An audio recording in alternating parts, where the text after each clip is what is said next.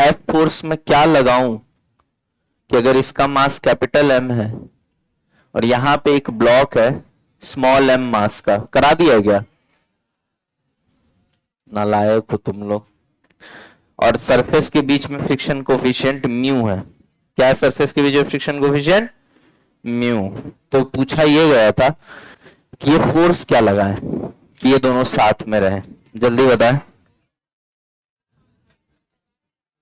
आए, कुछ नहीं करना, बहुत सिंपल सा है, बात नहीं करेंगे आप।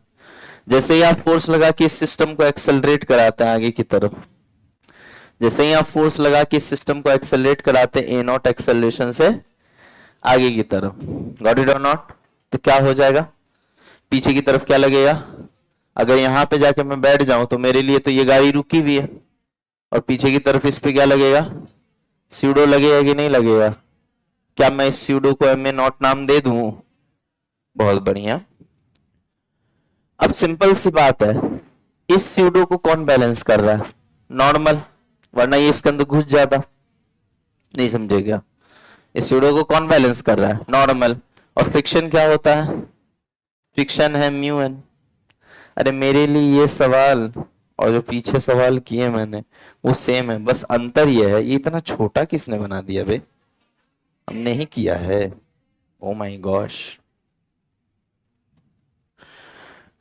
हमारे लिए ये और वो सवाल एक समान है बेटा, बस अंतर ये है। पूछो अंतर क्या है सर? हाँ बता रहे हैं, रुको तो सही। हाँ बता रहे हैं चुड़ैल। अंतर बस ये है कि तब जो नॉर्मल होता था वो ऊपर होता था, एमजी नीचे होता था, और नॉर्मल एमजी को बैलेंस कर रहा होता था, और फ्रिक्शन एक्स एक्सिस के अलोंग लगता था, और नॉर्मल एमजी ये सब वाई के अलोंग होते थे।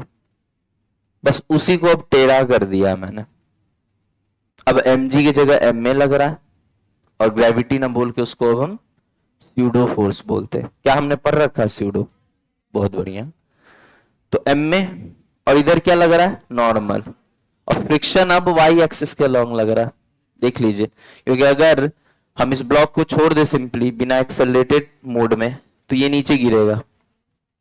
तुम क्यों नीचे आ गई? ये नीचे गिरेगा। इसको अपोज करने के लिए फ्रिक्शन किधर लगना चाहिए? ऊपर लगना चाहिए, है कि नहीं जी? फ्रिक्शन ऊपर लगना चाहिए।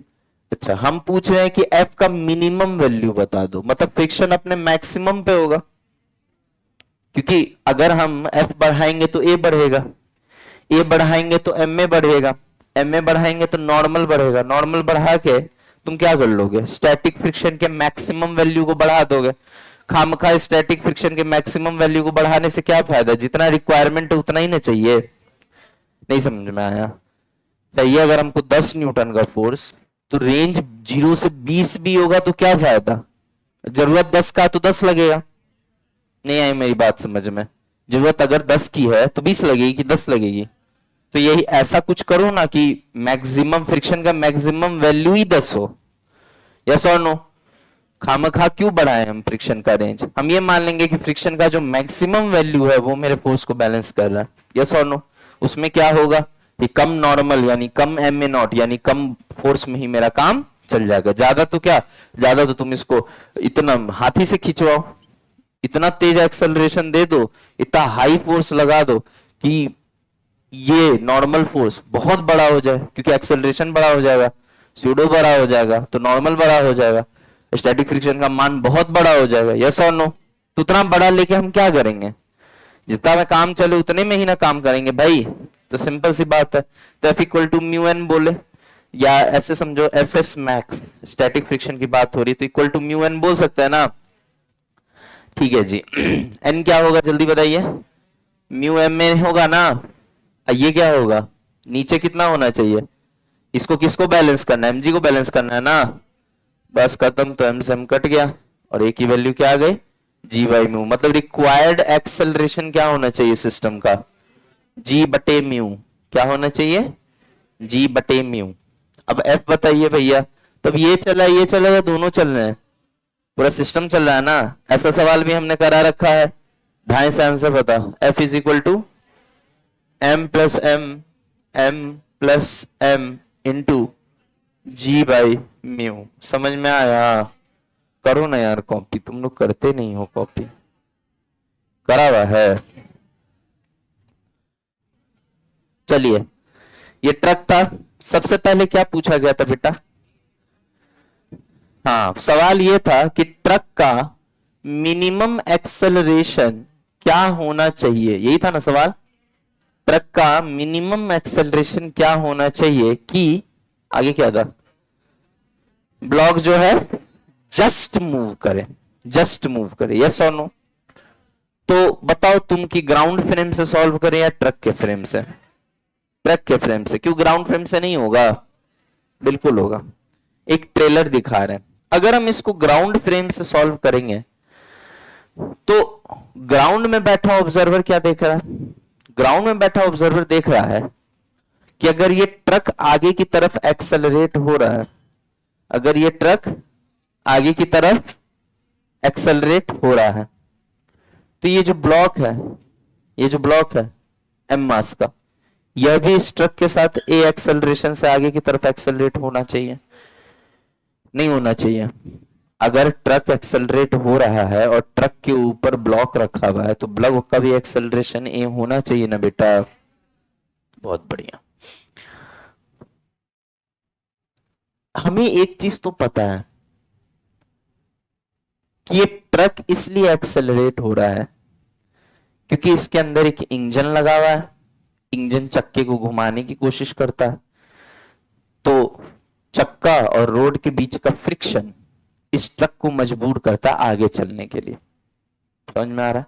क्योंकि जैसे चक्के का निचला पॉइंट पीछे जाने की कोशिश करेगा, ऐसे घूमेगा, इमेजिन करो ऐसे ऐसे ऐसे, ये चक्का है, ये चक्का दिख रहा है ना, ये लोअर मोस्ट पॉइंट है, दिख रहा है लोअर मोस्ट पॉइंट, ये जैसे पीछे ऐसे घूमेगा ऐसे, तो किधर जाना चाह रहा है? पीछे। तो इस पे फ्रिक्शन किधर लगेगा? आगे। और जमीन पे पीछे। समझ में आया या नहीं आया? तो ये जो फ्रिक्शन है ट्रक और रोड के बीच का, ये इसको आगे ले जाएगा। तो हमें तो समझ में आ रहा है कि भैया ट्रक का एक्सेलरेशन तो यहां से आया, इस फ्रिक्शन से जो यहां लग रहा। ठीक है, ये बहुत गूढ़ बात है। 99% टीचर ही बोल देंगे कि ट्रक का एक्सेलरेशन इसलिए है कि इंजन फोर्स लगा रहा है। अगर ट्रक को मैं एक फ्रिक्शनलेस प्लेन पे रख दूं, लाख इंजन फोर्स लगाते रहे, लाख चक्का नचते रहे, औकात नहीं है कि ट्रक 1 सेंटीमीटर हिल जाए। समझ में आ रहा है? इसलिए इंटरनल फोर्स से एक्सेलरेशन नहीं आता है, एक्सटर्नल से आता है। लेकिन छोड़ो, अब क्या बोले, किसी के बारे में कमेंट करना अच्छा नहीं लगता है। तुम समझ गए नाम क्या बोलना चाह रहे? तो एक्सेलरेशन तो आ गया ट्रक में, लेकिन इस ब्लॉक को एक्सेलरेशन कौन करा रहा है? इस ब्लॉक पे तो कोई फोर्स नहीं लग रहा, न ट्रक के इंजन को इस ब्लॉक से कोई मतलब है। ऐसा थोड़ी ब्लॉक रखे हो तो ट्रक का इंजन स्टार्ट होगा, ब्लॉक उतार के रख दिए नीचे तो ट्रक का इंजन स्टार्ट नहीं होगा, ऐसा कुछ होता है क्या? इस ब्लॉक पे कौन फोर्स लगा रहा है? कौन ऐसा बल है जो इस ब्लॉक को ट्रक के साथ साथ ले जाने में सामर्थ्य रखता है? कौन सा? फ्रिक्शन। बिल्कुल सही बात है, क्योंकि अगर ट्रक का जो ट्राली है, ट्रॉली की बात करते हैं, ट्रेलर कहते हैं, ठीक? हाँ, तो जो भी कह लो, ट्रेलर कह लो, ट्रॉली कह लो, जो भी कह लो, अगर वो बिल्कुल फ्रिक्शनलेस होता तो क्या होता? ट्रक नीचे से निकल जाता ब्लॉक के, और ब्लॉक वहीं का वहीं रह जाता, धम्म से गिर जाता। फील कर पा रहे हो इस बात को? हिंदी वालों तुम लोग भी बोलो बेटा, झबरा समझ में आ रहा है ना? बहुत बढ़िया। तो इट मेक सेंस कि हाँ सर आप सही कह रहे हो कि फ्रिक्शन है, फ्रिक्शन ही जिम्मेदार है इसको आगे लेके चलने के लिए। बोलो हाँ या ना? अच्छा, अगर मैं मान रहा हूं कि ये इसके संपर्क में है और रेस्ट पे है, ट्रक के रिस्पेक्ट में, जमीन से तो दोनों चलते हुए दिखाई देंगे, लेकिन अगर सेम एक्सेलरेशन से चल रहा है, मतलब ट्रक के रिस्पेक्ट में रुका हुआ है ब्लॉक, मतलब एक दूसरे के लिए ये दोनों रुके हुए होंगे, यस और नो? तो फ्रिक्शन कैसा होगा? स्टैटिक। दोनों सरफेस के बीच का फ्रिक्शन कैसा होगा? स्टैटिक होगा।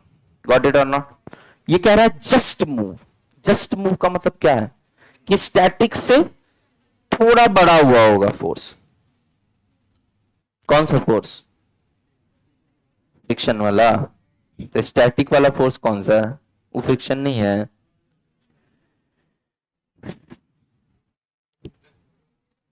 स्यूडो फोर्स कहां बेटा? ग्राउंड से देख रहे हैं। समझाते हैं क्या हो रहा है। देखो, अगर मुझे ये देखना है कि ये ट्रक इसके रिस्पेक्ट में मोशन में आ चुका है, मतलब ये पीछे जा रहा है और ट्रक आगे जा रहा है, इसका मतलब ये है कि स्टैटिक फ्रिक्शन का मैक्सिमम वैल्यू उस काबिल नहीं है, उस लायक नहीं है कि इनको साथ साथ लेके चल सके। ग्राउंड का ऑब्जर्वर को ये दिखेगा। कुछ बच्चे कह रहे हैं सर स्यूडो लगाओ, सर स्यूडो लगाओ। स्यूडो बेटा ग्राउंड से कहां से स्यूडो? ग्राउंड से तो इनर्शियल फ्रेम है ना। इनर्शियल फ्रेम के ऑब्जर्वर को स्यूडो दिखाई देता है, नॉन इनर्शियल के ऑब्जर्वर को स्यूडो दिखाई देता है। नॉन इनर्शियल के ऑब्जर्वर को बाकी सारे फोर्सेस भी दिखते हैं, साथ साथ स्यूडो भी दिखता है। इनर्शियल फ्रेम से सिर्फ बाकी फोर्सेस दिखता है, स्यूडो नहीं दिखता। समझ में आ रहा है या नहीं आ रहा? मतलब हम तो कंडीशन मानेंगे कि जस्ट स्टैटिक फ्रिक्शन इतना नहीं है सफिशिएंट कि इसको इसके साथ लेके चल सके। समझ में आ रहा है या नहीं आ रहा है?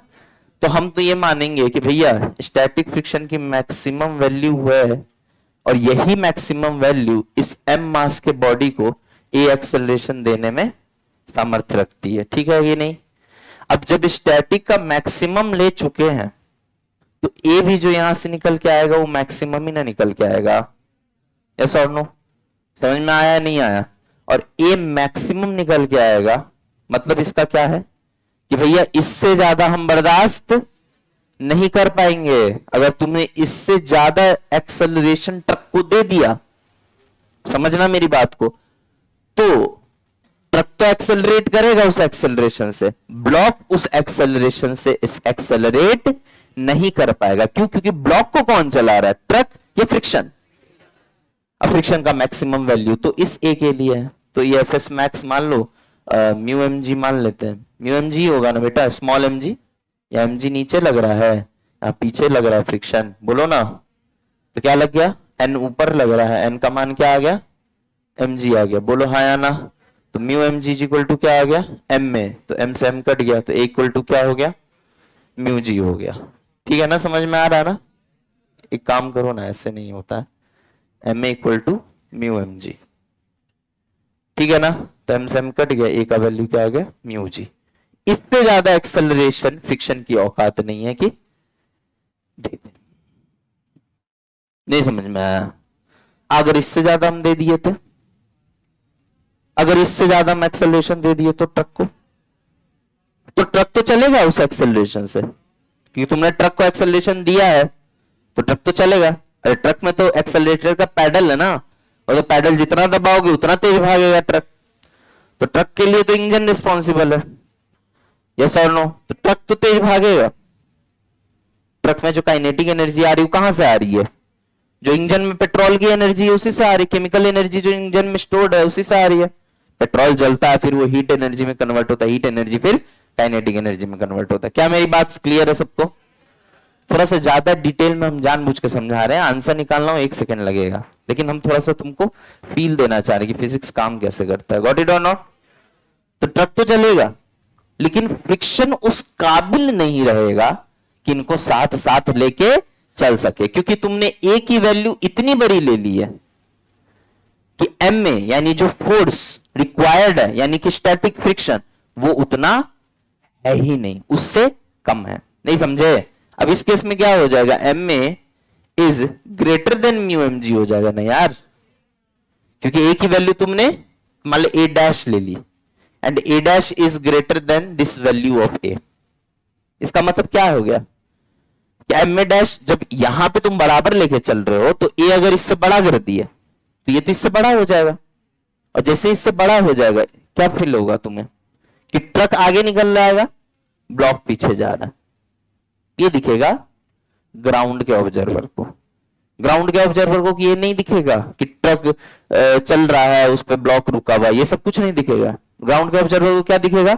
दोनों आगे चल रहे हैं, दोनों एक्सेलरेट हो रहे हैं, लेकिन ट्रक का एक्सेलरेशन ब्लॉक के एक्सेलरेशन से ज्यादा है, जिसके वजह से ट्रक के रिस्पेक्ट में ब्लॉक पीछे आता दिख रहा है। चल दोनों आगे रहे, लेकिन थोड़ी देर बाद यहां दिखेगा और ये थोड़ा पीछे दिखेगा, लेकिन अपने शुरुआती पोजीशन से तो दोनों ही आ गए।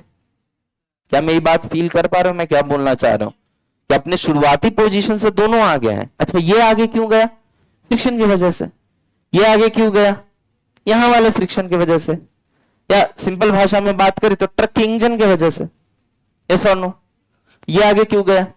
ट्रॉली और ब्लॉक के बीच के फ्रिक्शन की वजह से। साथ साथ क्यों नहीं गया? अनइक्वल क्यों गया? इसीलिए क्योंकि इंजन को तो तुम जितना एक्सेलरेटर दे दो उतना तेज भागे ट्रक। यस और नो? लेकिन इसको आगे ले जाने के लिए कौन रिस्पॉन्सिबल है? फ्रिक्शन। फ्रिक्शन का लिमिट इनफाइनाइट नहीं है, कम से कम उतना तो नहीं है जितना ट्रक का है। यस और नो? तो हमें फ्रिक्शन की वैल्यू पे डिपेंड करना पड़ेगा। ये दिखेगा ग्राउंड के ऑब्जर्वर को। जानबूझ के समझा दिया बस तुम्हें क्लैरिटी के लिए। गेटिंग माय पॉइंट और नॉट? लेकिन हम पहले ही बोल चुके हैं कि ग्राउंड के ऑब्जर्वर से सोचना चीजें टिपिकल हो जाती हैं, है ना? अब हम तो सोचवा दिए, तुम्हें समझ में आ रहा है या नहीं आ रहा है? लेकिन एग्जाम में इतना टाइम रहता है, इसीलिए स्यूडो फोर्स का कॉन्सेप्ट पढ़ाया गया। स्यूडो फोर्स का बंदा क्या बोलता है, यार क्या तामझाम इतना बतिया रहे हो, हट, इतना नहीं मेहनत होगा। इसीलिए स्यूडो फोर्स क्यों आया है? स्यूडो फोर्स का जन्म क्यों हुआ है? हमारे सवालों को आसान बनाने के लिए। लोग स्यूडो फोर्स को ही टफ बना देते हैं। देखो इधर नीचे mg लग रहा है भाई, नॉन इनर्शियल फ्रेम से इनर्शियल वाले सारे फोर्स दिखते हैं, एक एक्स्ट्रा दिखता है, उसको स्यूडो कहते हैं, राइट? अब तुम यहीं आगे बैठ जाओ, एक काम करो, तो तुम क्या एक एक्सेलरेटेड फ्रेम में हो जिसका एक्सेलरेशन हम a मान लेते हैं। कोई समस्या? अरे कोई समस्या तो नहीं है, पक्का ना? बहुत बढ़िया। तो तुम जैसे ही यहां आके बैठोगे तुमको क्या दिखेगा? जिधर फ्रेम का एक्सेलरेशन है उसके ओपोजिट दिशा में एक स्यूडो फोर्स काम करता हुआ दिखेगा, और उस स्यूडो फोर्स का मैग्नीट्यूड कितना होगा? m में, जिस मास पे लग रहा है उसका मास इंटू फ्रेम का एक्सेलरेशन। सिखा रखा है ना ये बात? तो इस पे पीछे क्या लग रहा है? स्यूडो फोर्स लग रहा है m में। अब सीधी बात है भैया कि अगर m में इधर की तरफ लग रहा है, मतलब इसके पीछे जाने की टेंडेंसी आ गई होगी। अच्छा, ये फ्रिक्शनलेस होता तो क्या होता? ये पीछे चला जाता ना, चुपचाप जाता या नहीं जाता? फिर एमए को कोई रोकने वाला होता? पक्का ना? अच्छा, ये ट्रक पे बैठे ऑब्जर्वर को क्या दिख रहा है? कि हम रुके हैं, ब्लॉक पीछे जा रहा है। वास्तविकता क्या है? ग्राउंड फ्रेम से देखते तो वास्तविकता दिखता, क्या दिखता वास्तविकता? कि ब्लॉक अपनी जगह रुका हुआ है, ट्रक आगे निकल गया। सर ट्रक के साथ ब्लॉक क्यों नहीं जा पाया? इसीलिए क्योंकि ट्रक और ब्लॉक के बीच का फ्रिक्शन को तुमने 0 मान लिया है। नहीं आई बात समझ में? समझ में आ रहा है ना? वास्तविकता यह है कि ब्लॉक के नीचे से ट्रक निकल गया, ब्लॉक तो जहां था वहीं पे था, लेकिन नॉन इनिशियल ऑब्जर्वर को क्या दिखाई दे रहा है? कि ट्रक यही है, ब्लॉक पता नहीं क्यों अपने आप पीछे जा रहा है। तो न्यूटन को लॉ उसको गलत दिखने लग गई, तो उसने बोला कि जरूर पीछे एक फोर्स होगा, बिना फोर्स के तो एक्सेलरेशन आ नहीं सकता। तो उसने लगा दिया एक इमेजिनरी फोर्स, जिसको क्या कहते हैं? Pseudo force. फील आ रही है कि हम क्यों स्यूडो फोर्स पढ़ते हैं? फील बहुत जरूरी है बेटा। अच्छा खैर, एनीवे, ये पीछे जाना चाह रहा है तो फ्रिक्शन किधर लगेगा? हम तो कह रहे तुम इतना दिमाग ही मत लगाना, सीधे नॉन इनर्शियल फ्रेम में बैठना, स्यूडो लगाना, देखना जाने की टेंडेंसी किधर है तो फ्रिक्शन उल्टा। बोलो यार, फ्रिक्शन इधर लगेगा। अच्छा, तुम चाहते हो ब्लॉक जस्ट मूव करना स्टार्ट करे, तो ये दोनों बराबर पे पहुंच गए होंगे लिमिटिंग कंडीशन पे। दिमाग में अंडरस्टूड है कि लिमिटिंग में भी चलता नहीं है, उससे थोड़ा ज्यादा होगा। लेकिन दिक्कत यह है कि थोड़ा ज्यादा कैसे हम शब्दों में प्रकट करें, तो हम बराबर ही ले लेते हैं। नहीं समझ में आया? मान लो मेरा मास है 85 kg, तो वेट कितना हुआ 850 न्यूटन। तुमसे पूछा जाए कि मिनिमम फोर्स हम सर पे क्या लगाएं कि सर जो है जमीन से उठ जाए, तो तुम क्या बोलोगे? 850।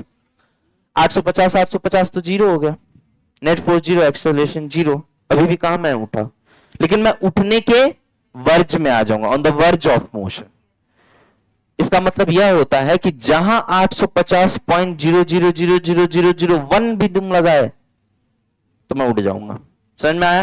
तो अपन बराबरी लेके चलते हैं फिर, क्योंकि हम क्या बोलेंगे, अब सुमांश बोलेगा 850.1 लगाओ, वो कहेगा 01 क्यों नहीं, ये बगल से कहेगी 001 क्यों नहीं, वो कहेगी 0.00000001 क्यों नहीं, दूसरा कहेगा 85.000 यहां से लेके मार्टिंडल ब्रिज तक जीरो, फिर 1 क्यों नहीं। सब सही है, इसलिए अपन बराबर मान लेते हैं। फिजिक्स का ये तरीका होता है और दिमाग में अंडरस्टूड होता है कि इससे थोड़ा बड़ा कर दें चल पड़ेगा बॉडी। गॉट इट और नॉट? ठीक है, तो आपको हमेशा बराबर मान के चलना। तो एफ एस मैक्स को एम ए के बराबर हम कर रहे हैं। अब तुम बोलोगे सर इसमें चलेगा थोड़ी, बेटा ये अंडरस्टूड है, इससे थोड़ा बड़ा होगा एफ एस मैक्स, चल जाएगा। गॉट इट और not? Sorry F S max नहीं, इससे थोड़ा बड़ा एम ए होगा, चल पड़ेगा। ठीक है ना? ठीक है। अब देखो मान लो एक्सेलरेशन तुम ज्यादा दे दिए तो स्यूडो बड़ा लग गया, तो स्यूडो बड़ा लग गया तो क्या हुआ, एफ एस मैक्स इसको बैलेंस नहीं कर पाया, तो बॉडी पीछे की तरफ जाएगी कि नहीं जाएगी? यस और नो? ये किसको दिख रहा है? ट्रक फ्रेम से। ग्राउंड फ्रेम वाले को क्या दिख रहा है कि भाई चल दोनों रहे हैं, फ्रिक्शन उस काबिल नहीं है कि इसको साथ लेके चल सके, इसीलिए ट्रक के रिस्पेक्ट में पीछे रह गया।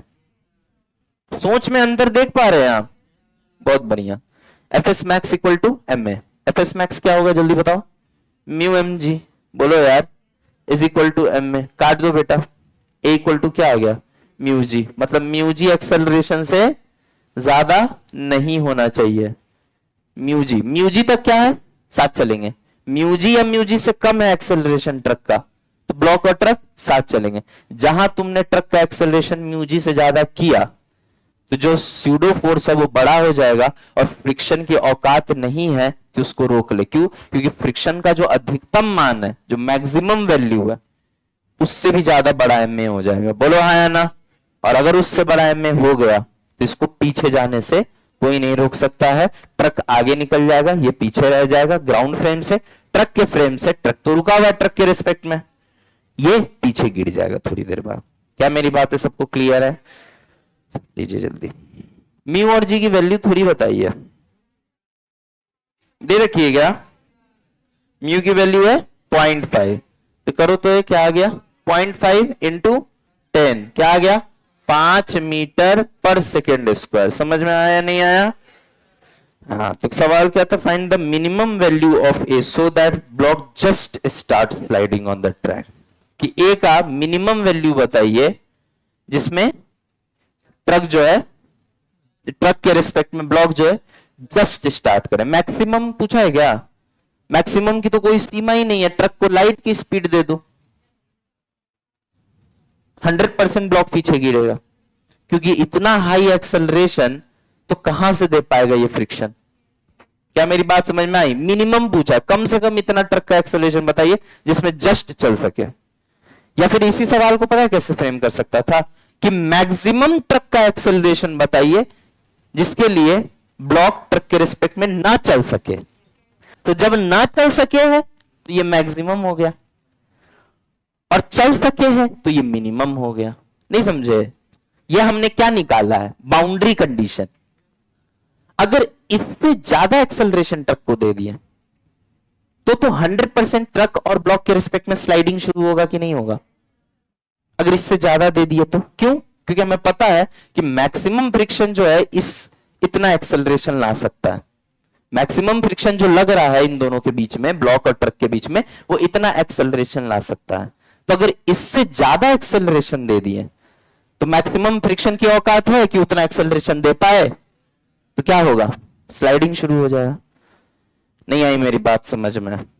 पक्का ना? श्योर? और अगर मैक्सिमम फ्रिक्शन की औकात के अंदर अंदर है, मतलब एक्सेलरेशन इससे कम है, तो क्या फ्रिक्शन प्रोवाइड कर देगा? इतना फोर्स के साथ साथ चले? अंदर है, कम है तो दे ही देगा। ज्यादा नहीं होना चाहिए, क्योंकि ज्यादा नहीं दे पाएगा। क्या मेरी बात क्लियर है? बेटा तुम लोग इतना डम्ब टाइप का है चेहरा बना रहे हो, समझ नहीं आ रहा है क्या? पक्का आ रहा है ना? ठीक है, तो ये हमने क्या निकाला है, बाउंड्री कंडीशन निकाला है। जानबूझ के डिटेल में घुस रहा हूं, चाहता तो मैं एक सेकंड में आंसर लिख के आगे निकल जाता और तुमको समझ भी आता, लेकिन थोड़ा सा दिमाग पे लोड लेना सीखो, तभी सोचना सीख पाओगे। ठीक है, मैं सोचवा रहा हूं ना तुम्हें, तो थोड़ा सा प्रेशर लेना सीखो। मैं देख रहा हूं कुछ बच्चे इधर उधर देख, क्या उधर देख रहे हो भैया? उधर कौन बैठा हुआ है? थोड़ा सा अगर मेहनत अगर तुमसे करवाना हम चाहते हैं तो तुम इधर उधर कुछ बच्चे देखने लग जाते। अरे भाई यहां ध्यान दे ले, थोड़ा मार ले, पट लगा ले दिमाग। ठीक है, खर्च नहीं हो जाएगा। देख ध्यान से सुन, ये बाउंड्री कंडीशन लगाया ना मैंने। ठीक है, हमसे क्या पूछा गया है कि मिनिमम एक एक्सेलरेशन बताइए कि ब्लॉक चल पड़े, तो मिनिमम यही है। इससे थोड़ा भी ज्यादा करोगे तो स्यूडो इतना बड़ा हो जाएगा जितना बड़ा फ्रिक्शन, तो स्लाइडिंग कंफर्म है। तो मिनिमम स्लाइडिंग के लिए क्या है, 5 मीटर पर सेकेंड स्क्वायर। अच्छा, इसी सवाल को मैं उलट के पूछ रहा हूं कि मैक्सिमम एक्सेलरेशन बताइए जहां तक स्लाइड ना कर सके, तो वो कितना है? 5 ही है। क्यों? आंसर सेम है 5, लेकिन एक लैंग्वेज में वो मिनिमम है और दूसरे में वो मैक्सिमम है। क्यों ऐसा? क्योंकि मैंने ये माना है कि जब 5 से ये एक्सेलरेट कर रहा है तो फ्रिक्शन मैक्सिमम लग रहा है। यस और नो? फ्रिक्शन जब मैक्सिमम लग रहा है तो वो इस m मास के ब्लॉक को 5 से एक्सेलरेट करवा पा रहा है। Getting my point? अब अगर एक्सेलरेशन इस 5 से कम होगा तो फ्रिक्शन आराम से इसको अपने साथ लेके चलेगा, क्योंकि इसमें इतना बल है, इसकी इतनी क्षमता है कि ये 5 से भी एक्सेलरेशन इसको इसके साथ करवा सकता है। रिक्वायरमेंट 3 की है। मान लो कि ट्रक 3 से एक्सेलरेट हो रहा, तो ये इसके रिस्पेक्ट में रेस्ट पे नहीं रहेगा, बिल्कुल रहेगा। तो 5 तक रह रहा है तो 3 में तो रहेगा ही रहेगा, क्योंकि उस केस में ma जो है 5 वाले, जैसे a का वैल्यू जब 5 है और a का वैल्यू जब 3 है, कौन सा बड़ा होगा? 5 बड़ा है ना 3 से, सिंपल सी बात है। तो जब 3 लग रहा होगा, तो जब 5 तक फ्रिक्शन जा सकता है तो 3 तो प्रोवाइड कर ही देगा। जब स्टैटिक फ्रिक्शन की मैक्सिमम वैल्यू 5 के बराबर है, बोलो यार, 5a नहीं बोलना चाहिए, 5m बोलना चाहिए। a ही तो 5 माना है। अगर फ्रिक्शन, स्टैटिक फ्रिक्शन की मैक्सिमम वैल्यू 5m के बराबर है, यस और नो? रिक्वायर्ड 3m, तो साथ लेके नहीं चल पाएगा? बिल्कुल चल पाएगा। और उस केस में स्टैटिक फ्रिक्शन का मान क्या होगा, 3m या 5m? 3m, क्योंकि जितनी रिक्वायरमेंट होती है उतना ही लगता है। इसलिए याद रखना, कोई पूछे फट से स्टैटिक फ्रिक्शन तो म्यू mg मत बोल देना। ठीक है, तुम लोग को एक सवाल कराए थे ना हिंदी वालों, तुम लोग को 3 ऐसे करके tan theta equal to mu करके स्लाइडिंग वाला कराए थे, जो हम बोले थे कि इंग्लिश में नहीं बताए हैं। बताए थे ना तुम लोगों को? उसमें हम दिखाए थे ना तुम्हें कि tan थीटा म्यू से बड़ा रहे या बराबर रहे और छोटा रहे तो भी mg sin थीटा ही होता है। क्यों? क्योंकि उतना ही फोर्स लेते हैं जितना रिक्वायरमेंट होता है। ठीक है, तुम लोग को कॉन्सेप्ट बता दिए हैं इनडायरेक्टली, समझ में आ रहा है? तो सिंपल सी बात है भैया, 3m चाहिए तो स्टैटिक फ्रिक्शन मैक्सिमम लगेगा या कम लगेगा? कम लगेगा, क्योंकि इतने से ही काम चल रहा है तो एक्स्ट्रा क्यों लगाऊं? क्या मेरी बात लॉजिकल? बहुत बढ़िया। तो अब सवाल सुनना, इसमें 2 तरह से सवाल बनेगा। पहला सवाल, वह मैक्सिमम एक्सेलरेशन बताइए,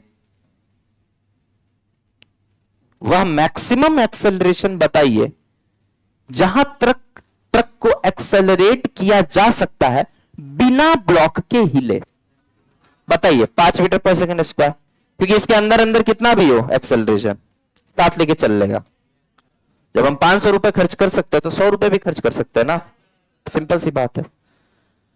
यही सवाल को उलट के पूछा गया है कि मिनिमम एक्सेलरेशन बताइए जिसके लिए ब्लॉक ट्रक के ऊपर चल सके, तो ये क्या लिखोगे? 5, क्योंकि इससे ज्यादा ही चाहिए। देखो प्रायोरिटी बदल गई है, पहले रोके रखना प्रायोरिटी था, तो ये मैक्सिमम है, इसको क्रॉस मत करना। और अब चलाना प्रायोरिटी है, तो ये मिनिमम है, इससे कम नहीं होना चाहिए। नहीं आई बात समझ में? अगर इससे कम हो गई तो ये कभी चलेगा इसके ऊपर? कभी नहीं चला। क्यों? क्योंकि स्टैटिक फ्रिक्शन में इतनी क्षमता है कि इससे कम एक्सेलरेशन के लिए इन दोनों को साथ बना रख सके। क्या मेरी बात सबको क्लियर है?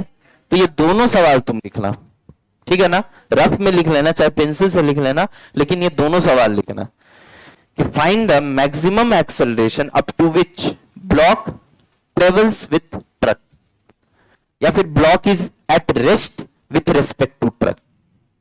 तो ए मैक्स हो गया, वो समझ में आ रहा है ना, उसके लिए आंसर क्या हो गया? 5।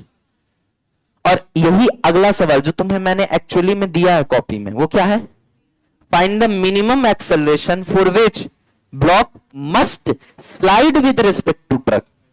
तो उसके लिए क्या होगा? 5। वैसे 5 से थोड़ा ज्यादा होना चाहिए, लेकिन हम बोलते नहीं है, 5 ही बोलते हैं, क्योंकि ज्यादा में फिर वही कंफ्यूजन होगा, कोई कुछ कोई कुछ कोई कुछ बोलेगा, तो 5 ही बोलेंगे। तो आंसर दोनों का सेम है 5, लेकिन एक के लिए ए मैक्स है, एक के लिए ए मिन है। क्यों? क्योंकि हमने बाउंड्री कंडीशन निकाले। भाई बाउंड्री कंडीशन वो है जब स्टैटिक फ्रिक्शन सीडो के बराबर है। अगर इससे ज्यादा एक्सेलरेशन दे दिए तो स्टैटिक फ्रिक्शन ऑलरेडी अपने मैक्सिमम पे था, अब उससे ज्यादा नहीं बढ़ पाएगा, तो ये फोर्स कम हो गया, ये फोर्स ज्यादा हो गया, तो स्लाइड करेगा। तो उस केस के लिए क्या हो जाएगा?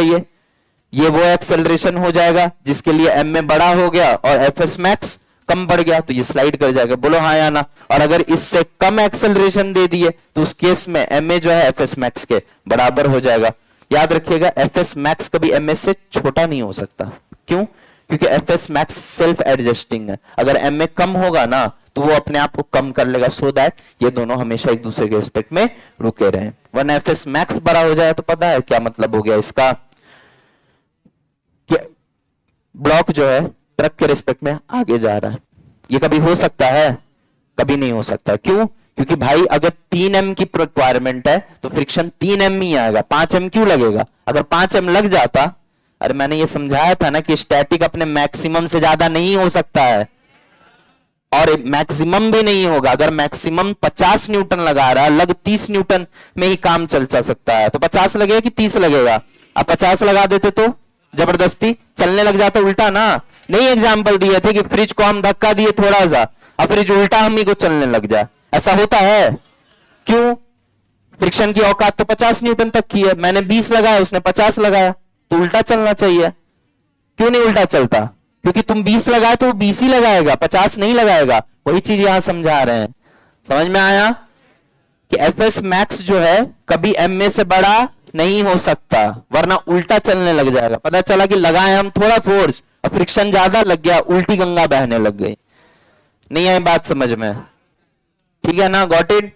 चलिए नेक्स्ट क्वेश्चन देखिए। नेक्स्ट क्वेश्चन में क्या किया गया है?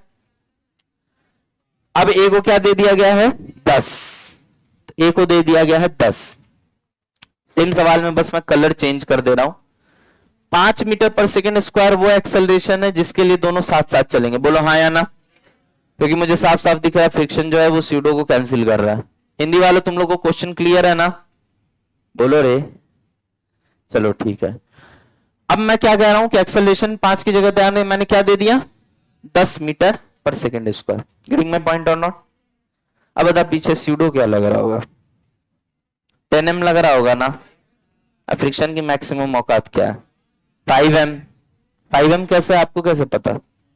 ए की वैल्यू निकाला है भाई, समझ में आ रहा है ना? तो अब सीडो क्या लगेगा? 10 एम। क्यों 10 एम लगेगा सर? क्योंकि जिस ट्रक पे तुम बैठे हुए उसका एक्सेलरेशन 10 है, और उसी पे बैठे हुए हो तुम, तो तुम्हारा तो एक ही धर्म है, जिस बॉडी पे सीडो फोर्स देखना है, जिस फ्रेम में बैठे उसका एक्सेलरेशन पलटा के चिपका देना, और जिस पे देख रहे हो उसके मास से मल्टीप्लाई कर देना। बोलो यार। तो सीडो क्या हो गया? 10 एम। और फ्रिक्शन कितना है? 5 एम। सर आपको कैसे पता कि फ्रिक्शन 5 एम ही है? क्योंकि फ्रिक्शन अपने मैक्सिमम से ज्यादा नहीं बढ़ सकता है। आपको कैसे पता सर कि मैक्सिमम 5 एम ही है? बेटा यहां अभी अभी कैलकुलेट किया। नहीं आए बात समझ में? इसी फोर्स के लिए रुका हुआ है ना। बोलो रे। चलिए ये 0.5 है बेटा, 6 मत समझ लेना। तुम लोग से हमको बहुत डर लगता है, इसी मूर्खों से डरते हैं हम। समझ में आ गया ना? इधर 10 एम और इधर 5 एम। नेट फोर्स बताइए। 10 एम माइनस 5 एम कितना हो गया बेटा? 5 एम हो गया कि नहीं हो गया? ये नेट फोर्स हो गया पीछे की तरफ, डिवाइडेड बाय एम। एक्सेलरेशन क्या हो गया? 5 मीटर प्रति सेकेंड स्क्वायर। मतलब ट्रक पे बैठे आदमी को अब ये किस एक्सेलरेशन से पीछे जाता हुआ दिखेगा? 5 मीटर पर सेकेंड स्क्वायर। क्यों नहीं दिखेगा? जब 10m लगा दिए हो और पीछे 5m की क्षमता है फ्रिक्शन की, तो तुमको पता होना चाहिए कि स्टैटिक की मैक्सिमम ही काइनेटिक होती है, क्योंकि म्यू अलग अलग दिया नहीं है, तो काइनेटिक हो गया ना अब वो। तो अब काइनेटिक क्या है? 5m। तुम क्या लगा रहे हो? 10m। 10m minus 5m, 5m divided by m, 5। Acceleration आ गया ना। अब एक्सेलरेशन 5 मीटर पर सेकेंड स्क्वायर आ गया, तो पूछा क्या है? ट्रक को गिरने में कितना टाइम लगेगा, शायद यही पूछा होगा। ट्रक नहीं, सॉरी, ब्लॉक को गिरने में ट्रक से कितना टाइम लगेगा। तो मतलब जितना टाइम में ये 10 मीटर का डिस्टेंस ट्रेवल कर ले उतना टाइम लगेगा। यस और नो? बताओ रे, फॉर्मूला कौन सा लगा है? S equal to U T plus half at, या डायरेक्ट ट्रिक से करे? कर लेना ट्रिक से, तुम लोगों को पढ़ा रखा है ट्रिक। हाँ सीधी सी बात है भैया। मान लो यहाँ पे स्पीड क्या थी? यहाँ स्पीड क्या थी रे? बोलो ना। 0। शुरुआत में तो ब्लॉक रुकी हुई थी। अच्छा, 1 सेकेंड में स्पीड 5 से बढ़ा, मान लो टी टाइम लगा होगा, तो टी टाइम में की स्पीड कितने से बढ़ जाएगा? 5t से बढ़ जाएगा। अच्छा, यहाँ स्पीड 0 है, यहाँ 5t है, तो बीच का स्पीड क्या हुआ? 5t/2 हो गया। ये स्पीड हो गया और यहां से यहां जाने में टाइम t लगा है। यस और नो?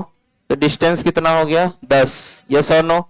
यहां से सीधा सीधा दिख रहा है मुझे 20/5। t का मान 4 सेकेंड 2 सेकेंड दिख रहा है, देख लो। 20 4 t स्क्वायर 4, तो t 2। समझ में आ गया? मतलब 2 सेकेंड बाद ये गिर जाएगा। गॉट इट और नॉट? अगला सवाल क्या पूछा है? अगला सवाल ये पूछा है कि जितने देर में ब्लॉक यहां से गिरेगा उतने देर में ट्रक अपनी जगह से कितना चल चुका होगा, बताइए। तो सिंपल सा फॉर्मूला है, क्या लगाओगे formula? S equal to U T. एक फॉर्मूला से करा दिए, एक ट्रिक से करा दिए, या भी ट्रिक से करा दें? ट्रिक से ही कराएं। तो ट्रक की शुरुआती स्पीड 0 मान लो, और एक्सेलरेशन क्या है? 10 ही है ना। बाप रे बाप, दे रखा है बेटा 10 एक्सेलरेशन। तो 1 सेकेंड में स्पीड कितने से बढ़ता है? 10 से, पक्का ना? तो 2 सेकेंड में कितने से बढ़ जाएगा? 2 ही सेकेंड तो है इसके पास। 2 सेकेंड बाद ये गिर जाएगा। अब पूछा 2 सेकेंड में ये ट्रक जमीन पे कितना चल गया, तो 2 सेकेंड बाद स्पीड क्या हो जाएगा? 20। अब 20 और पहले स्पीड 0 था, 20 और 0 के बीच का नंबर 10, और 10 इंटू 2 20 मीटर। डायरेक्ट आंसर, ट्रक कितना चलेगा रे? 20 मीटर। जिसको फॉर्मूला का कीड़ा काटे हुए कि फॉर्मूला हमको चाहिए, फॉर्मूला, बिना फॉर्मूला के एडिक्शन है सर हमको फॉर्मूला का। UT plus half eighty square लगाओ रे आंसर। यू क्या है? 0, तो 0 तो हो गया, तो हाफ ए क्या है? 10, और टी क्या है? 2 स्क्वायर। हम भी चाहे तो step by step time pass कर सकते हैं, लेकिन हम करते नहीं है। चलो एस इक्वल टू 20 मीटर। क्या मेरी बात सभी बच्चों को क्लियर है? मेरा तो लॉन्ग कट भी औरों के लिए शॉर्टकट होता है। अब बोलते हैं हाफ एटी स्क्वायर कैसे लग गया? यूटी, यू 0 है। नहीं तो और को हम क्या देखें करते हुए कि S equal to U T plus half A T square लिखेंगे, फिर लिखेंगे यू इक्वल टू 0, फिर S equal to 0 into T करेंगे plus half A T square. तो ये बन गया S equal to half A का मान 10। टाइम पास करने के लिए हम भी कर सकते हैं, लेकिन हम सोचते उतने देर में हम बहुत सारे सवाल करा दें।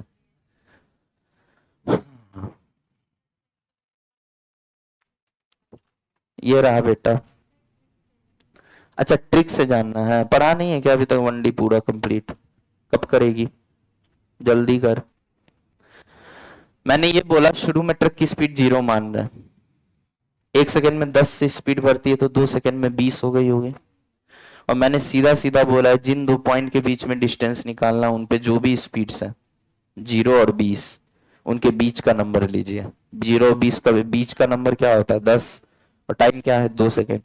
Distance into time, sorry speed into time distance होता है। तो 20 का 0 का एवरेज 10 आ गया, और 10 इंटू 2 20 हो गया। तो आंसर 20 मीटर हो गया। कोई समस्या बेटा? चलिए अगला सवाल लिखिए। धागा ये टूटे ना। अरे तुम्हें समझ में आ गया ना ये मिनिमम मैक्सिमम वाला बात? यह एक्सेलरेशन बाउंड्री कंडीशन का है, जब साथ साथ चलेंगे। यस और नो? अगर हम ये पूछे कि ब्लॉक को ट्रक के रिस्पेक्ट में चलना ही चाहिए, कम से कम एक्सेलरेशन बताओ, तो कम से कम 5 से थोड़ा ज्यादा करोगे तभी चल पाएगा। समझ में आएगी नहीं? अच्छा, हम कभी तुमसे पूछ सकते हैं मैक्सिमम एक्सेलरेशन बताइए जिसमें ट्रक के रिस्पेक्ट में ब्लॉक चल पड़े। कोई लिमिट ही नहीं है।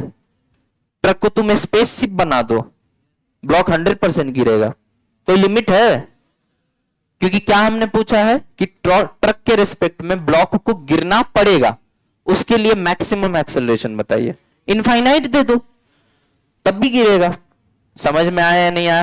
तो उस केस में हम क्या बोलेंगे कि मिनिमम एक्सेलरेशन ट्रक का बता दो जिसके लिए गिरना तय हो 5, क्योंकि हमें पता है 5 से जैसे ही बढ़ेगा इन दोनों के बीच में स्लिपिंग स्टार्ट हो जाएगी। क्यों स्लिपिंग स्टार्ट होगी? क्योंकि फ्रिक्शन का औकात नहीं है कि 5 से ज्यादा एक्सेलरेशन से इसको ट्रेवल करवा सके। क्या मेरी बात सबको क्लियर है?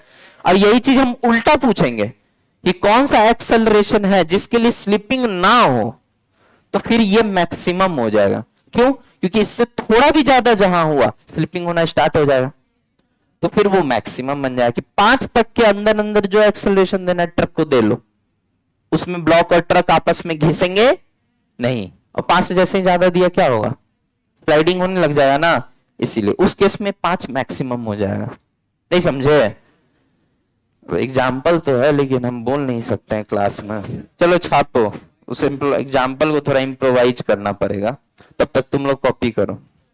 चलो इधर देखो, नीचे क्या है? mg लग रहा है ना भाई? ये म्यू है, ये म्यू है। किस्मत तुम्हारी अच्छी है कि दोनों म्यू सेम है कि नहीं? क्या म्यू अलग दे देता तो हम नहीं कर पाते? ए ढोलू बोलू, एक सवाल याद था ना, एक में म्यू 0.8 लिए थे, एक में म्यू 0.5 लिए थे काइनेटिक वाले में, जो ऐसे स्लाइडिंग था। बोले थे अगर आगे वाला पीछे वाले से तेज चल रहा है तो जो सॉल्व किया वही आंसर है, क्योंकि अलग अलग मान के हम तो सॉल्व करते हैं। और अगर आगे वाला पीछे वाले के कंपैरिजन में धीरे चल रहा है, उसका एक्सेलरेशन कम है, तो फिर साथ साथ चलेंगे। कराए है ना सवाल ऐसा? तो म्यू अलग भी रहे तो हमको कोई फर्क नहीं पड़ता। लेकिन अगर तुम सेम ले रहे हो तो अच्छी बात है। तो इस पे फ्रिक्शन क्या लगेगा जल्दी बता? पीछे म्यू mg, इस पे पीछे फ्रिक्शन क्या लगेगा? Mu mg। यस और नो? अपन तो ये मान के चल रहे स्लाइडिंग हो रहा है, तो जब स्लाइडिंग हो रहा है तो काइनेटिक लगेगा। काइनेटिक में तो दिमाग ही नहीं लगाना है, स्टैटिक का जो मैक्सिमम वैल्यू है वही काइनेटिक कंटिन्यूड रहेगा। यस और नो? अलग अलग तो दिया नहीं है कि ये म्यू एस है, ये म्यू के है, तो सेम ही मानेंगे ना। तो जल्दी बताइए force mg minus 2 mu mg कर दें, क्या यही नेट फोर्स है? Upon m plus m plus m 3m। Yes और नो? बताओ बेटा ये कितना 2 कौड़ी का सवाल था कि नहीं था? अब ऐसे सवाल को पूछ के कोई बोले कि जेई का सवाल है, तुम उसको झापड़ नहीं मारोगे तो क्या लेके आ गए हो? समझ में आ रहा है नहीं आ रहा है? ये सवाल करिए, ये सवाल, ये क्या है रे जल्दी बता? 100 न्यूटन, ठीक है। ये कंपोनेंट कितना हो गया जल्दी जल्दी बता? अब तो हमने ये लिखना ही बंद कर दिया है, अपन तो ये लिखते ही नहीं है। हट, तू चला जा मेरी जिंदगी से, सीधे ब्रेक करके ही लिखते हैं। यस और नो? 100 cos 37 80 ना, 4/5 80, ठीक है। 100 sin 37 60। यस और नो? भैया नॉर्मल कितना हो गया जल्दी बताएं? 80 न्यूटन। 80 तो फस्सी। समझ में आया कि नहीं? म्यू का वैल्यू 0.5, 0.5 इंटू 80 मतलब फ्रिक्शन का अधिकतम मान कितना होगा? 40 न्यूटन। झापड़ खा जाओगे अगर किसी ने फ्रिक्शन 40 बोला तो। फ्रिक्शन का अधिकतम मान 40 होगा। यस और नो? फ्रिक्शन 0 से 40 के बीच में कुछ भी हो सकता है अकॉर्डिंग टू द रिक्वायरमेंट। लेकिन यहां हम साफ साफ देख पा रहे हैं कि हमारे द्वारा लगाया गया फोर्स, सॉरी हम नहीं लगा रहे, सॉरी धरती माता द्वारा लगाया गया फोर्स 60 है और जो फ्रिक्शन है वो 40 है। तो ये 40 की औकात है, इसको रोक दे, क्योंकि फ्रिक्शन के अधिकतम मान से बड़ा है ग्रेविटेशनल फोर्स का मान। यस और नो? तो अपन क्या करें बेटा, भाई 20 न्यूटन और चाहिए रोके रखने के लिए, यानी तनाव क्या होगा 20 न्यूटन। समझ में आया या नहीं आया? ठीक, सही लिखा है ना एकदम। अब मेरा एक डाउट है, क्लियर कर दोगे बेटा? ऐसा भी तो हो सकता था कि टेंशन पूरा का पूरा 60 न्यूटन होता और फ्रिक्शन 0 हो जाता, क्योंकि जब पूरा का पूरा टेंशन ही संभाल लिया तो फ्रिक्शन का रोल ही क्या है? क्या ऐसा सवाल हमने नहीं किया है? याद करो, जब हम इस फोर्स को बढ़ाते चले जाते थे तो फ्रिक्शन 0 हो जाता था ना, और जब इतना बढ़ा देते थे कि इससे बड़ा हो जाए तो पीछे लगने लगता था फ्रिक्शन, याद है ना? तो मैं ये कह रहा हूं कि ब्लू वाला सही है या पर्पल वाला सही है? दोनों सही है। वाह वाह, मतलब 4 ऑप्शन आएंगे, उसमें लिखा होगा find the value of tension and friction force respectively, और एक में लिखा होगा 20,40 और एक में था 60,0। तो तुम इंस्ट्रक्शन जाए तेल लेने, अपन ए और बी दोनों रंगेंगे। भले ही लिखा हो नीट के शुरुआत में ही कि all the questions are single correct type, लेकिन इंस्ट्रक्शन जाए तेल लेने, ए और बी हम दोनों रंगेंगे, है ना? काय पागल वाला बात करते हो, बताओ ना। अगर ब्लू वाला सही है तो पिंक वाला गलत क्यों है? मेरे हिसाब से तो धागा ही संभाल लिया तो फ्रिक्शन की जरूरत क्यों पड़ेगी? मेरा लॉजिक को भी काट सकता है इस क्लास में। फ्रिक्शन तो लगेगा ही, जरूरी है। अच्छा धागा हटा दो, हम 60 न्यूटन का फोर्स लगा दें तो फ्रिक्शन लगेगा ही लगेगा। ये कहां का नियम है भाई कि फ्रिक्शन लगेगा ही लगेगा? म्यू है तो फ्रिक्शन लगेगा? एक मिनट देखिए, अब कैसे ही लोग कंसेप्ट का मर्डर कर रहे हैं। मर्डर ही करना कहेंगे ना इसको? अगर, अच्छा एक बात बता, ये जो है टेबल और जमीन के बीच में फ्रिक्शन है कि नहीं है? म्यू है ना? अभी इस पे फ्रिक्शन फोर्स कितना लग रहा होगा? क्यों 0 लग रहा होगा? फ्रिक्शन है तो लगेगा ही लगेगा ना, एक्सटर्नल नहीं है। तो यही हम बोलना चाह रहे हैं कि ये 60 लग रहा है और मैंने 60 लगा के नेट 0 कर दिया गया, तो एक्सटर्नल फोर्स नेट क्या है 0, तो फ्रिक्शन लगेगा, ये जरूरी है। अब बताओ,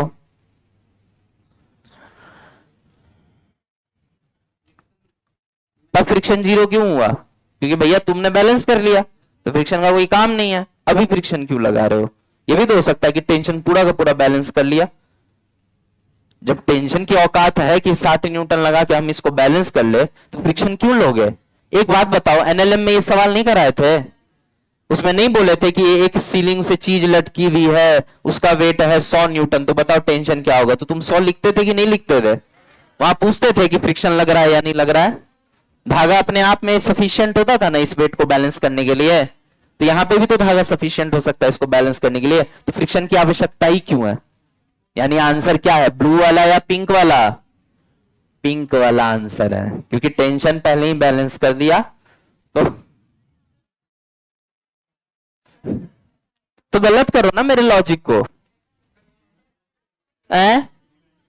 इंक्लाइन प्लेन में मारे जूता इतना मारना, इंक्लाइन प्लेन में ही मैंने जब इस फोर्स को बढ़ाया था, याद करो, तो 0 नहीं हुआ था? ये हुआ था ना 0।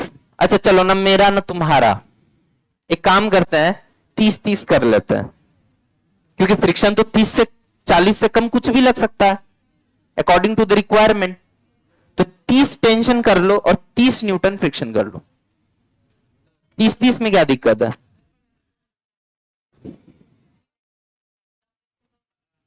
कौन देखने गया? पहले टेंशन आ गया होगा। हाँ इंटरलॉकिंग है, तो इंटरलॉकिंग होने से नहीं होता है बेटा, इंटरलॉकिंग में टेंडेंसी ऑफ मोशन होना चाहिए तब फ्रिक्शन लगा। ले हाथ को हाथ में फंसा लिया, बल लग रहा है नहीं, जब तक तुम इसको आगे ले जाने की कोशिश नहीं करोगे तब तक फ्रिक्शन नहीं आएगा। बोलो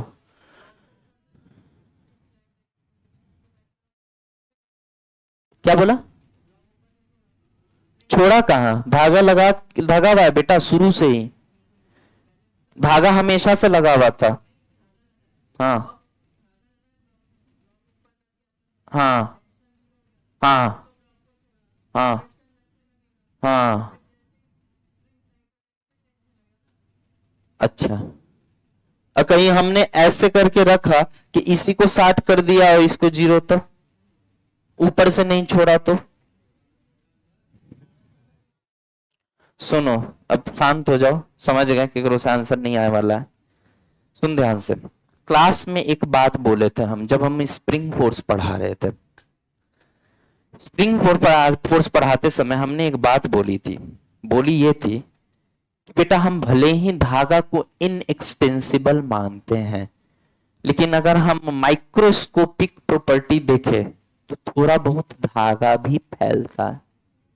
ये बोलो कि उसका के बहुत ज्यादा होता है, इसलिए उसका एक्स बहुत कम होता है, इतना कम होता है कि धागा का फैलना ना फैलना बराबर है। ये बात हम बोले थे, जिसमें हम चोटी का एग्जाम्पल दिए थे। इस बच्ची का चोटी देखो, चोटी ये देखो दिख रहा है, वो ऐसे ऐसे करके जो नहीं बांधते हैं, तुम भी इसका भी देख लो। ये देखो, इस चोटी को जैसे तुम पकड़ के खींचोगे तो ये तुमको साफ दिखेगा कि ये जो स्ट्रैंड्स हैं आपस में इस तरीके से, ये क्या हो गए, थोड़ा टाइट होगा, टाइट होगा, और थोड़ा सा चोटी लंबा होगा, फिर टेंशन आएगा। यस और नो? तो पॉइंट ये है बेटा कि धागा हमेशा थोड़ा सा फैलता है तब टेंशन लगना शुरू होता है, और अगर ये फैल रहा है इसका मतलब ब्लॉक थोड़ा बहुत चल रहा है, और जहां ब्लॉक थोड़ा बहुत चल रहा है फ्रिक्शन अपना मैक्सिमम दे चुका होगा, उससे नहीं संभला होगा, तब चला होगा, तब धागे के ऊपर बर्डन आया होगा। कुछ हद तक चित्रांश तुम्हारा अप्रोच सही था, कुछ हद तक समझ में आ गया।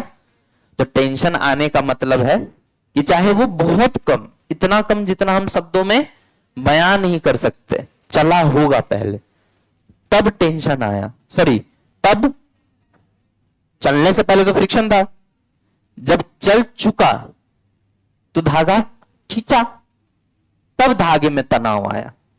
समझ आ रहा है या नहीं आ रहा है?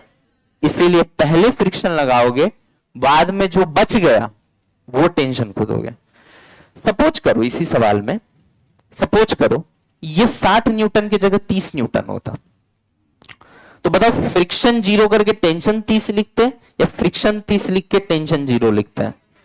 फ्रिक्शन 30 लिख के टेंशन 0 लिखते हैं। क्यों? क्योंकि भैया पहले क्या हुआ होगा, फ्रिक्शन ही बैलेंस कर लेगा ना, चलेगा ही नहीं, क्योंकि फ्रिक्शन की औकात है 40 लगने की, तुम लगा रहे हो 30, तो फ्रिक्शन ही 30 लगा के इसको बैलेंस कर लेगा। तो टेंशन की सहायता लेने की जरूरत पड़ेगी नहीं, टेंशन की सहायता लेने की जरूरत पड़ रही है, इसका मतलब है कि फ्रिक्शन अपने आप में इतना काबिल नहीं है कि इसको रोके रख सके। समझ में आया? तो ये थोड़ा सा चला, जैसे ही थोड़ा सा चला फिर टेंशन आया। समझ में आया? बेटा धागा तनता है तब ना टेंशन आता है।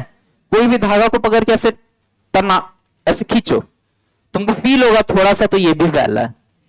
क्या मेरी बात समझ में आई? बहुत अच्छी बात है। अब यहां बताइए आंसर देख लेते हैं। ये क्या हो गया भैया 60, ये क्या हो गया 80, 80 इंटू 0.8 64 न्यूटन हो गया। तो यानी स्टैटिक फ्रिक्शन का मैक्सिमम वैल्यू क्या है 64 न्यूटन, यानी 64 ऊपर लगेगा 60 नीचे, ऊपर की तरफ ब्लॉक एक्सेलरेट होगा, है ना? काहे बे? वो फ्रिक्शन का मैक्सिमम वैल्यू है, मैक्सिमम नहीं लगता है। अगर रिक्वायरमेंट 60 की है तो 60 ही लगेगा। समझ में आया? ये तो एफएस मैक्स लिखा है तुमने, जरूरी थोड़ी हर बार मैक्सिमम लगे। काम 60 रुपए में हो रहा है, 64 क्यों लगाए? और टेंशन इस केस में क्या हो जाएगा 0 न्यूटन। आई होप आपका कॉन्सेप्ट क्लियर हो गया होगा। इसका बताओ रे जल्दी। 100 है तो ये कितना होगा, ये भी 100 होगा, बोलो यार। 100 न्यूटन हो गया नॉर्मल, 0.5 से मल्टीप्लाई कर दिए तो फ्रिक्शन कितना हो गया 50, और इसका वेट कितना है 100। बताओ जीतेगा कौन 100 या 50? 100। तो नीचे की तरफ एक्सेलरेट होगा ना, नेट फोर्स 100 माइनस 50 50 हो गया, और डिवाइडेड बाय मास 10 हो गया। क्या हो गया एक्सेलरेशन 5 मीटर प्रति सेकेंड स्क्वायर। चमका कि नहीं चमका? यहाँ पे आ जाए 400 400 400 400 400 इंटू 0.5, मैक्सिमम फ्रिक्शन कितना लग सकता है 200, हाई रे दादा, जरूरत कितने का है? 100, तो 200 लगेगा। पहले तो वही बात हो गई कि हम इस बोर्ड को पकड़, मान लीजिए मार्कर है, इस मार्कर को हम ऐसे पकड़ के रखे हुए बोर्ड के ऊपर, ऐसे ऐसे पकड़ के रखे हुए। अब पता चला कि नीचे की जगह ऊपर जाने लग गया, तो हम भागेंगे नहीं यहां से कि भूत है। अरे हम तो पकड़ के रोके हुए थे, गिरे नहीं, ऊपर अपने आप चलने लग जाए तो? ऐसा हो सकता है? कभी नहीं हो सकता। इसीलिए बोला जाता है कि friction is a self adjusting force. Maximum निकाला है ये आपने, ये मैक्सिमम आपने निकाला है 200, बोलिए। लेकिन रिक्वायरमेंट तो 100 की है, तो लगेगा कितना? लगेगा 100। यानी फ्रिक्शन कोई पूछ देता तो 200 नहीं बोलना है, सीधे फॉर्मूला लगा के कितना बोलना है? 100 बोलना है। समझ में आया? और एक्सेलरेशन क्या हो गया? 0 मीटर पर सेकेंड इसका, क्योंकि नेट फोर्स 0 है। आशा करते हैं अब आपको फ्रिक्शन की पूरी फील आ गई होगी, पक्का ना? अब अगला टॉपिक डालिए, 2 ब्लॉक प्रॉब्लम। सबसे घटिया एवं 2 कौड़ी का यही लगता है, लोगों को सबसे टफ लगता है। अपनी अपनी प्रायोरिटी है जिंदगी में। अखेलरी वदोवती, जल्दी करो बे।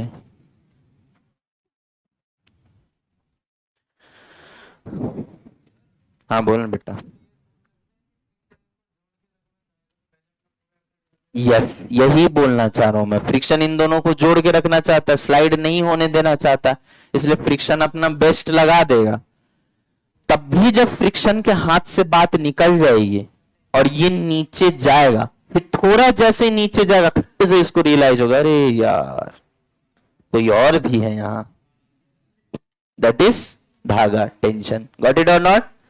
पहले फ्रिक्शन अपना पूरा जोर लगा दिया कि ये चले नहीं, लेकिन जब ये चल चुका होगा, क्योंकि फ्रिक्शन का जो मैक्सिमम जोर है उसे कहीं गुना ज्यादा अपना फोर्स है, लगभग 1.5 गुना 2 गुना।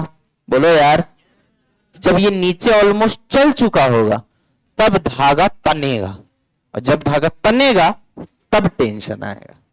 क्या मेरी बात क्लियर है? यहां क्या हुआ? यहां 64 लग जाता है, 64 लग सकता है, जरूरत 60 की है तो 60 लग गया। तो फ्रिक्शन बोला है भाई हम ही अकेले संभाले हैं, तुमको आने की जरूरत काय के लिए आएगा टेंशन? फोन तभी ना घुमाते हो जब अकेले कम पड़ता है, नहीं तो काय के लिए? झुंड में तो सुअर आते हैं, शेर अकेला आता है ना? चलो आगे बढ़ते हैं। कॉलेज के दिन याद आ गए।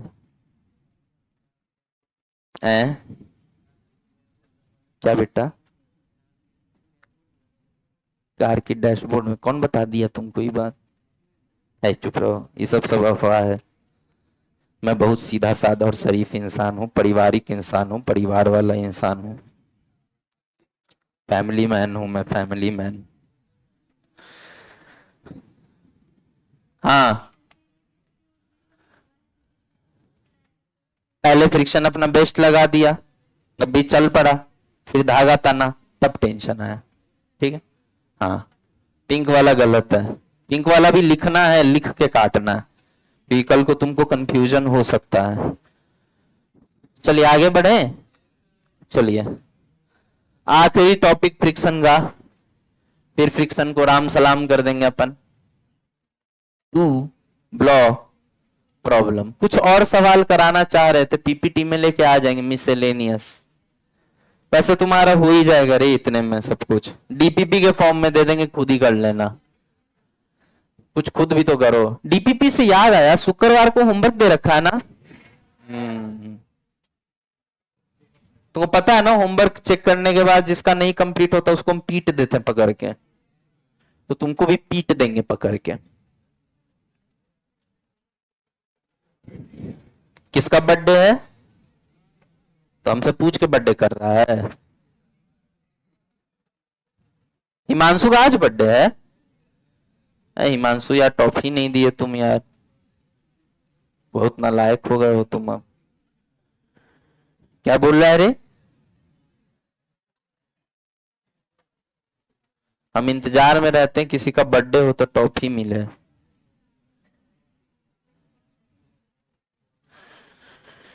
चलिए सवाल बहुत सरल है, इस पे 60 न्यूटन का फोर्स है।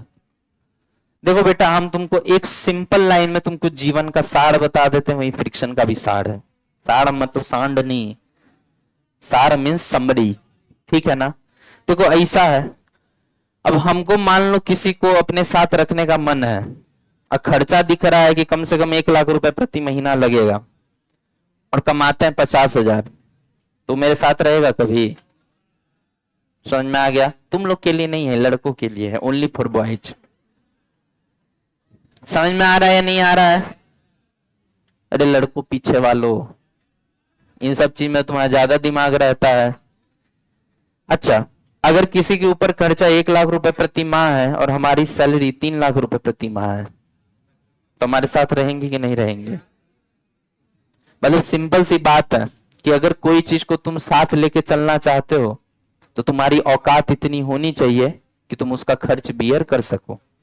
यही होता है फ्रिक्शन में भी। अभी तक यही पढ़ा रहे हैं, जिसको समझ में आना होगा ये बात बहुत पहले ही क्लिक कर गया होगा कि भैया अगर साथ में है, एक दूसरे के रिस्पेक्ट में रुके हुए हैं, तो स्टैटिक फ्रिक्शन के मैक्सिमम वैल्यू के बराबर या उससे कम फ्रिक्शन लग रहा होगा। बोलो हाँ या ना। एग्जैक्ट तब तक नहीं बोलेंगे जब तक सिचुएशन को एनालाइज नहीं करेंगे, क्योंकि एग्जैक्ट सीधे फॉर्मूला से नहीं बोल सकते। सीधे फॉर्मूला से यहाँ 64 आना चाहिए, लग क्या रहा है? 60। समझ में आया ना? बट ये श्योर है कि 64 या 64 से कम कुछ होगा। अब वो कुछ क्या होगा वो सवाल देख के समझ में आएगा। गॉट इट और नॉट? जितना एक्सटर्नल फोर्स होगा उतना ही लगा देंगे, बैलेंस हो जाएगा तो उतना ही फोर्स लगेगा। समझ में आया नहीं? आ गया?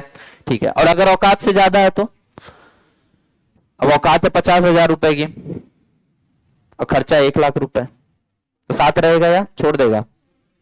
ये जीवन का कानून है। समझ में आ गया ना? तो वही चीज यहां है। अब फ्रिक्शन चाहिए साथ में बने रहने के लिए 50 न्यूटन, फ्रिक्शन चाहिए 50 न्यूटन, और ये क्या है? औकात कितनी है? 30 न्यूटन की। तो साथ रहेंगे या छोड़ देंगे? एक दूसरे को छोड़ देंगे तो बीच में क्या होने लग जाएगा? फिर स्लाइडिंग होने लग जाएगा। फ्रिक्शन क्या बन जाएगा? Kinetic friction. काइनेटिक में तो दिमाग ही नहीं लगाते हैं, काइनेटिक फ्रिक्शन की तो वैल्यू फिक्स होती है। बोलो यार। और औकात 50 की है, रिक्वायरमेंट 30 है, तो साथ रहेंगे या नहीं रहेंगे? 100% रहेंगे। समझ में आ गया? तो हम हमेशा जीवन में यही मान के चलेंगे कि दोनों ब्लॉक साथ साथ चल रहे हैं। अगर हम गलत होंगे तो साथ नहीं चलेंगे, और अगर हम सही होंगे तो जो निकाला वही सही है। क्या बोला मैंने? कभी भी 2 ब्लॉक प्रॉब्लम तुम कर रहे होगे तो तुम हमेशा यही मान के चलोगे कि दोनों ब्लॉक साथ साथ चल रहे हैं। फिर औकात चेक कर लेंगे। अगर औकात के अंदर अंदर है मामला तो साथ में चलेंगे, और औकात से बाहर चला गया मामला तो। अच्छा, फ्रिक्शन की औकात क्या होती है? Maximum value, FS max. Yes और नो? बस तो वही चीज है। बस इतना समझ में आ गया तो अब देखो खेल कैसे चलता है। पहले सवाल लिख दे दगादर दगादर दगादर, अब 2-2 लाइन छोड़ देना सॉल्यूशन के लिए। टैब इतना गर्म काहे हो गया है बे? हॉट हो गया है।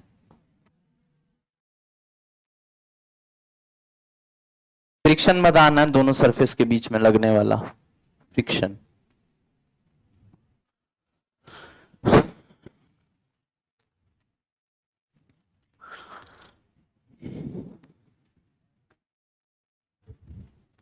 हाँ, एफ मैक्स। हाँ, ये अच्छा सवाल पूछा, वैसे अंडरस्टूड है।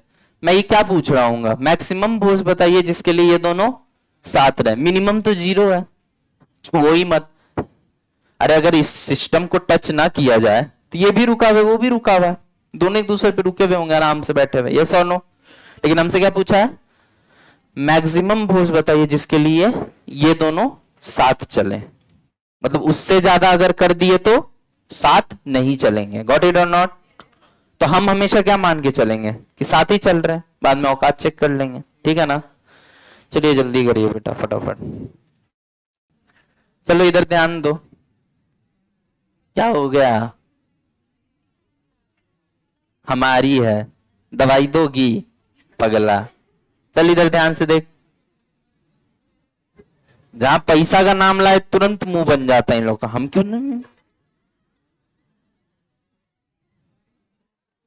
लड़के तो फिर भी कम से कम पैसा खर्च करने में आगे रहते हैं। लड़कियां महाकंजूस होती हैं भाई। हम अपने कॉलेज में देखे हैं, हम नाम तो यहाँ किसी का नहीं लेंगे, 4-5 लड़कियां थी, वो गई थी एक कोटा में रेस्टोरेंट है, क्या तो नाम है उसका यार, देखो ना नाम भूल रहे हैं उसका, वहां का मोमो बड़ा फेमस है, मोमो नहीं होता मोमोज, हाँ।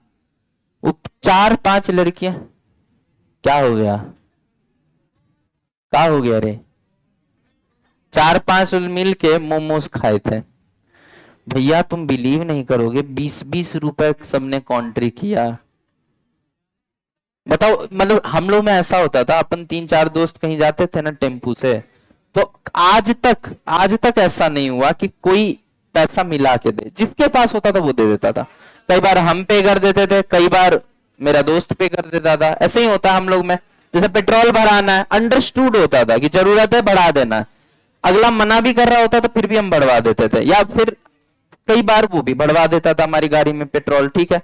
लड़कियों में हमने क्या देखा है, 20 रुपए था, 5 लड़की थी तो 4-4 रुपए सब डिवाइड किए, उसमें किसी के पास 3 रुपया था तो हॉस्टल में 3 फ्लोर चढ़ के उससे 1 रुपया मांगने गई, 1 रुपया दो मेरा, जो बोला भगवान ने भगवान, कैसी लड़कियां होती हैं। चलो इधर देखो, अपन 100-100 रुपए के लिए फ्लोर पे चढ़ते नहीं है, ये जाते कौन जाए ऊपर। चल इधर देख, चलो इधर देखो, पहले ये सवाल देखते हैं, 2 मिनट के अंदर खटाखट खत्म करेंगे, इसलिए यहां ध्यान दे लो अब, ठीक है। सवाल कुछ नहीं है, 10 केजी का ब्लॉक है, उसके ऊपर 5 केजी का ब्लॉक रखा हुआ है, इसके और जमीन के बीच में फ्रिक्शन नहीं है, जबकि इन दोनों बीच में फ्रिक्शन है, 0.6 दे रखा है coefficient of friction. Got it. करना कुछ नहीं था, तुमको हमेशा मान के चलना है कि दोनों साथ चलेंगे, ठीक है। सवाल देखते ही तुमको क्या मान के चलना, हमेशा साथ चलेंगे। अगर तुम सही हो गए तो ठीक है, जो निकाला है वही आंसर है, और अगर तुम गलत हो गए तो वो दिख जाएगा तुम्हें, तो फिर अलग अलग निकालना पड़ेगा। गॉट इट और नॉट। जैसे वहां पे हम क्या समझाए थे तुम्हें, जब एक ब्लॉक दूसरे ब्लॉक के ऊपर लदा हुआ था, तो कि वहां हमेशा यह मान के चलना है कि अलग है, और अगर आगे वाला का एक्सेलरेशन पीछे वाला से ज्यादा है तो सच में अलग होगा, और नहीं है तो साथ साथ होगा। Getting my point. यहां हमेशा मान के चलना कि साथ में, तो 10-5 15 केजी साथ में, तो मेरे लिए क्या हो गया, मेरे लिए एक सिंगल ब्लॉक हो गया 15 केजी का, और 60 न्यूटन का फोर्स लग रहा था, एक्सेलरेशन क्या हो गया 4 मीटर पर सेकेंड स्क्वायर। बताइए ये बात कितने लोगों को समझ में आ गई। अरे फोर्स पता, मास पता, एक्सेलरेशन नहीं आ जाएगा। 60/15, 60/15। सर आपने कैसे मान लिया ये 15, ये तो 10 और 5 है, क्योंकि साथ साथ चल रहे हैं, साथ साथ चल रहे हैं, तो दोनों 2 नहीं 1 है, ठीक है ना। अब चेक कर लेते हैं, मान तो लिया है कि साथ साथ चल रहे हैं, अब औकात है कि नहीं साथ लेके चलने की, ये भी तो देख लें। तो सिंपल सी बात है, जो नीचे वाला ब्लॉक है वो तो एक्सेलरेट हो रहा है 60 न्यूटन की वजह से, बोलिए हाँ या ना। लेकिन जो ऊपर वाला ब्लॉक है वो 60 न्यूटन की वजह से एक्सेलरेट नहीं हो रहा है, वो इन दोनों के बीच के फ्रिक्शन की वजह से हो रहा है। और ना अगर इन दोनों सरफेस के बीच में फ्रिक्शन नहीं होता तो 5 केजी अपनी जगह पे रहता, 10 वाला नीचे से निकल गया होता। नहीं समझ में आया? और 5 केजी धब्ब से नीचे गिर जाता। गॉट इट और नॉट? तो ये फ्रिक्शन ही है जो तुमको बोल रहा है मैं तुम्हें अकेला नहीं रहने दूंगी, साथ लेके चलूंगी। समझ में आ गया? तो इस पे फ्रिक्शन आ गया और ये इस पे पीछे। देखो ना, यही तो दुनिया की विडंबना है। ये फ्रिक्शन इसको आगे साथ लेके चलना चाहता है, ये उल्टा इसी को स्लो कर रहा है। याद रखना, यहां से लेके लेंज लॉ तक तुम जिसको बनाओगे वही तुमको खत्म करेगा, और ये चीज हर जगह चलता है। तुम जिसको बनाओगे वही तुम्हें खत्म करे। भस्मासुर की कहानी सुने हो ना, कि शिव जी ने वरदान दे दिया कि जिसके सर पे हाथ रखो वो भस्म हो जाए। बोले डेमो प्लीज, पहले उन्हीं को दौड़ा दिया। समझ में आ गया कि नहीं? तुम जिसको बनाओगे बड़ा होके वही तुम्हें बर्बाद करेगा, ये नेचर का लॉ है। तो बताइए भैया, 4 मीटर पर सेकेंड स्क्वायर हो गया एक्सेलरेशन। अच्छा, 4 मीटर पर सेकेंड स्क्वायर से इसको चलने के लिए फ्रिक्शन कितनी होनी चाहिए, रिक्वायर्ड कितनी है? 5 केजी की बॉडी को 4 मीटर पर सेकेंड स्क्वायर से चलवाना है तो फ्रिक्शन कितनी होनी चाहिए? 20 न्यूटन होनी चाहिए। वाओ, 20 न्यूटन तो जरूरत है। लग अधिकतम कितना सकता है? लग अधिकतम कितना सकता है? देख लेते हैं, चेक कर लेते हैं। तो फ्रिक्शन की मैक्सिमम वैल्यू अगर हमने निकाली तो वो हमें दिखा 50 इंटू 0.6। यस और नो? म्यू एन होता है ना बेटा, वो कितना आ गया? म्यू का मान 0.6 है और mg कितना है? 50 न्यूटन। तो नॉर्मल फोर्स कितना होगा इन दोनों सरफेस के बीच में? 50 न्यूटन। तो ये क्या आ गया बेटा? 30 न्यूटन आ गया। मैक्सिमम औकात 30 न्यूटन लगाने के लिए है और साथ चलने के लिए 20 न्यूटन चाहिए। तो बताइए साथ चलेंगे या अलग चलेंगे? तो जो निकालो बिल्कुल। गॉट इट और नॉट? सवाल डिस्कस कर रहे थे, राइट? बोलो मोटे। चलो ध्यान से सुनिए, फिर से एक बार ये वाला डिस्कस कर लेना, ठीक है? क्या करते हैं, हमेशा क्या मान के चलेंगे कि दोनों साथ चल रहे हैं। अगर हम गलत होंगे तो खुद ब खुद दिख जाएगा, ठीक है? मान के हमेशा यही चलेंगे कि साथ चलेंगे। अगर जितना स्टैटिक फ्रिक्शन की मैक्सिमम वैल्यू है उससे कम फोर्स रिक्वायर्ड है साथ चलने के लिए। क्या बोला मैंने? जितना स्टैटिक फ्रिक्शन की मैक्सिमम वैल्यू है उससे कम फोर्स रिक्वायर्ड है साथ चलने के लिए, या उतना भी रिक्वायर्ड है साथ चलने के लिए, तो चलेगा। तो जो माना है वो सही है। और कहीं साथ चलने के लिए जो स्टैटिक फ्रिक्शन की मैक्सिमम वैल्यू है उससे भी ज्यादा फ्रिक्शन रिक्वायर्ड है, मतलब जो फ्रिक्शन जरूरत है इन दोनों को साथ लेके चलने के लिए, वो फ्रिक्शन स्टैटिक फ्रिक्शन की जो मैक्सिमम वैल्यू है इन दोनों सरफेस के लिए उससे ज्यादा आ रही है।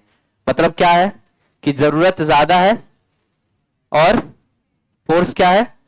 कम है। समझ में आ रहा है या नहीं आ रहा है? मेरी बात क्लियर है? जरूरत ज्यादा है और फोर्स क्या है? कम है। स्टैटिक फ्रिक्शन जो साथ लेके चल रहा है दूसरे वाले को पहले वाले के ऊपर, वो कम है और जरूरत क्या है? ज्यादा, साथ लेके चलने के लिए, राइट? तो उस केस में साथ नहीं चलेगा। सिंपल सा कॉन्सेप्ट है, ठीक है? अब हमने क्या किया, पहले क्या माना कि ये दोनों एक साथ चल रहे हैं। अगर एक साथ चल रहे हैं तो ये 10 और 5 है या 15 है? बेटा 1 मिनट लगेगा क्लास से बाहर करने में और 1.5 मिनट लगेगा इंस्टीट्यूट से बाहर करने में। अगर बात करते दिख गए तो यहां से नहीं पढ़ना है, चला जा बाहर, वापस चला जा घर। कोई जरूरत नहीं है क्लास आने की। इनडिसिप्लिन बर्दाश्त नहीं होगा, क्योंकि अपने साथ साथ औरों का भी जीवन बर्बाद कर रहे हो। अपना तो तुम्हारा बर्बाद है ही। पहले क्या मान के चलेंगे? 15 kg साथ साथ चल रहा है और यहां क्या लग रहा है? Force 60 Newton. तो 15 60, मास पता है, फोर्स पता है, एक्सेलरेशन आ गया 4 का। मतलब अगर साथ चल रहे होंगे तो 4 के एक्सेलरेशन से चलने चाहिए। अब स्वाभाविक सी बात है कि नीचे वाला को कौन चला रहा है? फोर्स जो लग रहा है बाहर से व्हाइट कलर का, देखो यही फोर्स तो चला रहा है नीचे वाले को। बट ऊपर वाले को कहां कोई चला रहा है? ऊपर वाले पे कौन सा फोर्स लग रहा है? ये फोर्स ऊपर वाले पे तो लग नहीं रहा है। तो अगर ये फोर्स ऊपर वाले पे लग नहीं रहा है तो आखिर ऐसा कौन सा फोर्स है जो इन दोनों को साथ लेके चल रहा है? फ्रिक्शन। अगर वो नहीं होता तो नीचे वाला निकल जाता और ऊपर वाला वहीं पे गिर जाता। लेकिन फ्रिक्शन बोला कि मैं किसी भी दो सरफेस के बीच में स्लाइडिंग अलाउ नहीं करूंगा। तो जो पीछे रह जाता उस पे आगे लग रहा है और जो आगे जा रहा है उस पे पीछे लग रहा होगा। समझ में आया या नहीं आया? तो ये फ्रिक्शन बोला भाई तू चिंता मत कर, तुझे मैं इसके साथ लेके चलूंगा, ठीक है? अच्छा, एक्सेलरेशन 4 है, मास 5 है, तो 5 इंटू 4 कर दिए तो 20। मतलब इसके ऊपर जो घर्षण बल लगना चाहिए साथ लेके चलने के लिए वो क्या है? 20 न्यूटन। यानी रिक्वायरमेंट कितनी की है? 20 न्यूटन। मतलब अगर 5 केजी और 10 केजी मास को हम एक मोमेंट के लिए अलग कंसीडर करें तो इनके बीच में फ्रिक्शन 20 न्यूटन से ज्यादा होना चाहिए, या 20 न्यूटन भी रहे तो भी काम चल जाएगा, 20 से कम नहीं होना चाहिए, क्योंकि 20 हमें रिक्वायर्ड है इसको इसके साथ लेके चलने के लिए। आपको कैसे पता? क्योंकि हम मान के ही चल रहे हैं कि दोनों साथ चल रहे हैं, और दोनों साथ चल रहे हैं तो एक्सेलरेशन 4 आ रहा है। इसका मतलब 5 केजी को 4 के एक्सेलरेशन से लेके चलने में हमारा फ्रिक्शन सक्षम होना चाहिए। क्या मेरी बात सेंसिबल लग रही है आप लोगों को? It make sense, right? चलिए, तो अब सीधी सी बात है कि घर्षण बल जो है कम से कम 20 न्यूटन होना चाहिए। 20 से ज्यादा हो तो चलेगा, 20 से ज्यादा हो तो वो नहीं लगेगा, लगेगा 20 ही। समझ में आया ना? 20 से ज्यादा हो तो चलेगा, 20 से कम नहीं होना चाहिए। अब हमने स्टैटिक फ्रिक्शन की अधिकतम मान देखी, तो जब स्टैटिक फ्रिक्शन की अधिकतम मान निकाला हमने तो वो कितना आ रहा है? 30 न्यूटन। मतलब लग 30 तक सकता है इन दोनों सरफेस के बीच में, यस और नो? और साथ लेके चलने के लिए रिक्वायर्ड कितना है? 20। तो चलेगा या नहीं चलेगा? कोई चीज 20 रुपए में मिल रहा है, पैसा 30 रुपए है, खरीद पाएंगे कि नहीं खरीद पाएंगे? बिल्कुल खरीद पाएंगे। मतलब जो माना है वो बिल्कुल सही माना है, आंसर भी सही आया। अच्छा देखिए ना कितना जादुई चीज है। अगर ये इस पे ऊपर 20 का न्यूटन का फ्रिक्शन लग रहा है, अगर नीचे वाला ब्लॉक ऊपर वाले ब्लॉक पे 20 न्यूटन आगे की तरफ लगा रहा है फ्रिक्शन फोर्स, तो ऊपर वाला ब्लॉक नीचे वाले ब्लॉक पे 20 न्यूटन पीछे की तरफ लगा रहा होगा फ्रिक्शन फोर्स। बोलो हाँ या ना? क्योंकि न्यूटन थर्ड लॉ तो कभी गलत नहीं हो सकता। अब सिर्फ नीचे वाले ब्लॉक को देखो, शुरुआत कहां से किए थे हम कि दोनों साथ साथ चल रहे हैं। अब सिर्फ नीचे वाले ब्लॉक को देखो, नीचे देखने को नहीं बोला था, नीचे वाले ब्लॉक देखने को बोला था। पिछले 3-4 मिनट से नोटिस कर रहा हूं मैं, तू ऐसे ऐसे ऐसे ऐसे ऐसे क्या कर रहा है? यहां ध्यान देना भाई। मेरी नजर एक एक बच्चे पे होती है, याद रखना इस बात को। हमको साफ साफ दिख रहा है कि वो दोनों बात कर रहा है, वो बीच बीच में मौका लग रहा है बात कर रहा है। एक एक बच्चे पे मेरी नजर होती है, क्योंकि पढ़ाते पढ़ाते मेरी उम्र पे मत जाओ, पढ़ाते पढ़ाते ये सारी चीजें ना मेरे दिमाग में रटा गई हैं। हम नींद में भी फिजिक्स पढ़ा सकते हैं, और बहुत सारे एग्जाम्पल है जो हम देना नहीं चाहते हैं कि अगर हम होश में नहीं भी है ना तब भी हम फिजिक्स पढ़ा सकते हैं। 2 काम हम कभी भी कर सकते हैं, ड्राइविंग और फिजिक्स पढ़ाना। मगर होश में हम नहीं भी हैं तब भी हम पूरे कॉन्शियसनेस के साथ पढ़ा सकते हैं। तुमको हिंट तक नहीं लगेगा कि बंदा होश में है या नहीं है। इसीलिए बाकी जो मेरा टाइम रहता है तुमको घूरने में ही निकलता है, वो तो ऑटोमेटिक चल रहा है। समझ में आ रहा है या नहीं आ रहा है? इसलिए यहां ध्यान रखिएगा। और अगली बार मैं वार्निंग नहीं दूंगा, अगला बार जो पकड़ा गया उसी पे पूरा फ्रस्ट्रेशन निकल जाएगा उसका। वो बैग उठा के वो आगे आ रहा है, वो खड़ा होके पीछे से उसको इंस्ट्रक्शन दे रहा है कि तू आगे जा, तू पीछे जा। तो वो सबका फ्रस्ट्रेशन अब अगली बार एक बच्चे पे निकले, तो वो अगला तुम मत बनना। अब वार्न कर दिया पहले ही।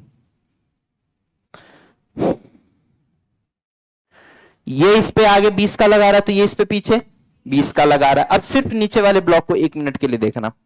ये 60 है, ये 20 है। 60 माइनस 20 क्या हो गया? Net force. नेट फोर्स 40 है और मास 10। एक्सेलरेशन क्या आना चाहिए? 4। सिर्फ नीचे वाले को देख रहा हूं मैं थोड़ी देर के लिए, तो एक्सेलरेशन इसका क्या आना चाहिए बेटा? 4। ओके, अब सिर्फ ऊपर वाले को देखो, सिर्फ ऊपर वाले को। ऊपर वाले पे क्या लग रहा है? 20। पीछे कुछ लग रहा है? कुछ भी नहीं। उस पे एक फ्रिक्शन लग रहा है, वही एक लौता फोर्स है एक्स एक्सिस में। वाई में तो वेट और नॉर्मल है, एक्स में तो एक लौता फोर्स 20 है। अब 20 बाई 5 4। इसका भी एक्सेलरेशन क्या आना चाहिए? 4 आना चाहिए। यानी दोनों का एक्सेलरेशन सेम है, यानी दोनों साथ साथ चलेंगे, अलग अलग चलेंगे। तो दोनों का कॉमन एक्सेलरेशन भी क्या होगा? 4 मीटर पर सेकेंड स्क्वायर। यस और नो? जब दोनों 4 के त्वरण से त्वरित हो रहे हैं तो दोनों का अगर एक साथ त्वरण भी पूछा जाए तो क्या बताओगे? 4 ही बताओगे ना? आंसर लिखिए। बताओ, 2 ब्लॉक प्रॉब्लम टफ है? कुछ नहीं है, टफ होता ही नहीं है फिजिक्स में कुछ। समझ में आ रहा है या नहीं आ रहा है? टफ कुछ नहीं होता, सिर्फ खेल है समझ का, वरना इससे आसान सब्जेक्ट इस पृथ्वी पे कोई नहीं है। बस तुम रटो नहीं, समझो। और इसलिए मुझे गुस्सा आता है। मुझे तुम ध्यान से सुनोगे ना, तुम्हें बहुत सारी बातें समझ में आएंगी। जितना कंसंट्रेट होके तुम मुझे सुनोगे, तुम्हारा फिजिक्स उतना अच्छा होता चला जाएगा। क्योंकि मेरी समझाई हुई बातें ही तुम्हें सवालों में दिखेंगे। हर बार मेरी बोली हुई बातें जो हैं उनका पैटर्न दिखेगा तुम्हें सवालों में, कि हाँ सवाल भी इसी लैंग्वेज में चल रहा है। ठीक है, तो इसीलिए मेरी बातें ध्यान से सुना करो। खेल उसी का है पूरा। यहां पे भी क्या करेंगे बेटा? साथ लेके चलेंगे। अपन तो यही मान के चलते हैं साथ ले चलेगा, अगर हम गलत होंगे तो अलग अलग सॉल्व कर लेंगे, और अगर सही है तो कोई दिक्कत ही नहीं है। गॉट इट और नॉट? तो एक बार चेक करते हैं, इस बार फोर्स कहां, ऊपर वाले पे है या नीचे वाले पे है? ऊपर वाले पे। अब खुद सोचो, पहली बात तो फ्रिक्शन की जरूरत है भी या नहीं ये चेक करेंगे। तो हमने आपको कई बार ये बात बोल रखा है और इस बार फिर से बोल रहा हूं, कई बार बोल रखा है और इस बार फिर से बोल रहा हूं। क्या बोल रहा हूं? कि जब भी हमें चेक करना हो कि फ्रिक्शन की आवश्यकता है या नहीं, तो थोड़ी देर के लिए फ्रिक्शनलेस मान लो। उसके बाद देखो दोनों सरफेस के बीच में रिलेटिव मोशन है, एक दूसरे के सापेक्ष वो चल रहे हैं। अगर दोनों सतह एक दूसरे के सापेक्ष चल रहे हैं, इसका मतलब घर्षण बल की आवश्यकता होगी। यस और नो? घर्षण बल फ्रिक्शन को कहते हैं हिंदी में, समझ में आ रहा है ना? और अगर दोनों एक दूसरे के सापेक्ष नहीं चल रहे, फ्रिक्शनलेस मानने पे भी, इसका मतलब फ्रिक्शन की कोई जरूरत नहीं है। क्या ये बात मैं समझा चुका हूं आप लोगों को? कई एग्जाम्पल से भी समझा है। हिंदी वालों समझ रहा है? अब ध्यान से सुनना, ये टोटल कितना है बेटा? 30 केजी। ये कितना है? 90 न्यूटन। मैं क्या मान के चल रहा हूं? 7 चल रहे हैं। तो एक्सेलरेशन बता दीजिए पहले फटाक से। 90 न्यूटन मास है अपॉन 30 केजी। 90 न्यूटन फोर्स है, सॉरी क्षमा चाहते हैं, 90 न्यूटन फोर्स है और 30 केजी मास है। तो इसको डिवाइड कर दिए तो क्या आ गया? 3 मीटर पर सेकेंड स्क्वायर। मतलब अगर यह एक साथ चल रहे होंगे तो इनका जो कॉमन एक्सेलरेशन है वो 3 मीटर पर सेकेंड स्क्वायर होना चाहिए। है या नहीं अभी श्योर नहीं, अभी चेक करेंगे। मन तो हमारा भी है कि कैटरीना कैफ के साथ घूमे, औकात होनी चाहिए ना, तो फिर औकात चेक करेंगे। ध्यान से देखो, अब औकात देख लेते हैं बेटा, ठीक है? कि क्या है औकात। ये वीडियो वहां नहीं पहुंचना चाहिए। 100 न्यूटन है, मतलब हम अपनी जवानी की बात कर रहे हैं कि जवानी में मन करता था कैटरीना के साथ घूमे, अब तो बुढ़ा गए। 100 रन हो गया। फ्रिक्शन क्या है? Mu N. Mu N friction है, झापड़ खा जाओगे। फ्रिक्शन का अधिकतम मान है, हाँ बताओ जल्दी, फ्रिक्शन का अधिकतम मान बताइए क्या है? 100 इंटू 0.8, 80 न्यूटन। बोले हाँ या ना? बहुत बढ़िया। अब ध्यान से समझना, अगर फ्रिक्शन का मान है 80 न्यूटन और त्वरण 3 है, अब ध्यान से समझ, 3 अगर त्वरण है और ये दोनों साथ में त्वरित हो रहे हैं, मतलब 3 अगर कॉमन एक्सेलरेशन है और ये दोनों एक साथ एक्सेलरेट हो रहे हैं, तो इसका मतलब यह है कि नीचे वाले को लेके चलने वाला फ्रिक्शन होगा। ऊपर वाले को तो दिख रहा है लगते हुए फोर्स, बट नीचे वाले पे कोई फोर्स है तो उसको कौन साथ लेके चल रहा है? फ्रिक्शन लेके चल रहा है। तो सिंपल सी बात है कि नीचे वाले पे फ्रिक्शन आगे लग रहा है और ऊपर वाले पे फ्रिक्शन पीछे लग रहा है। कौन कम वक्त कहता है फ्रिक्शन हमेशा मोशन को अपोज करता है? देखिए यहां पे अगर फ्रिक्शन नहीं होता तो ये कभी इसके साथ चल ही नहीं पाता। तो फ्रिक्शन को इस बार मोशन को फ्रिक्शन सपोर्ट कर रहा है। समझ में आया नहीं आया? फ्रिक्शन का एक ही धर्म है कि वो किसी भी दो सतह के बीच में घिसने नहीं देना चाहता है। उसके लिए उसे जो करना पड़ेगा वो सब करेगा। मैग्नीट्यूड वेरी करेगा, डायरेक्शन वेरी करेगा, अपने औकात के अंदर अंदर जो वो कर सकता सब करेगा। हाँ, औकात से बाहर चला गया तो फिर कोई कुछ नहीं कर सकता। समझ में आ रहा है या नहीं? अब ध्यान से समझिए, इस पे आगे और इस पे पीछे। गॉट इट और नॉट? अब ध्यान से समझिए, चेक करिए जरा। 3 का अगर त्वरण चाहिए 20 केजी को, तो फोर्स कितना चाहिए होगा? 60 न्यूटन। तो मतलब फ्रिक्शन जो लग रहा होगा वो तो 60 न्यूटन लग रहा होगा। अच्छा, इस पे 60 आगे, इस पे 60 पीछे। समझ में आया कि नहीं आया? अब हमने देखा कि जो फ्रिक्शन चाहिए 20 केजी को 10 केजी के साथ लेके चलने के लिए वो 60 न्यूटन है। तभी तो 3 मीटर पर सेकेंड स्क्वायर का एक्सेलरेशन आएगा। बोलो ना यार।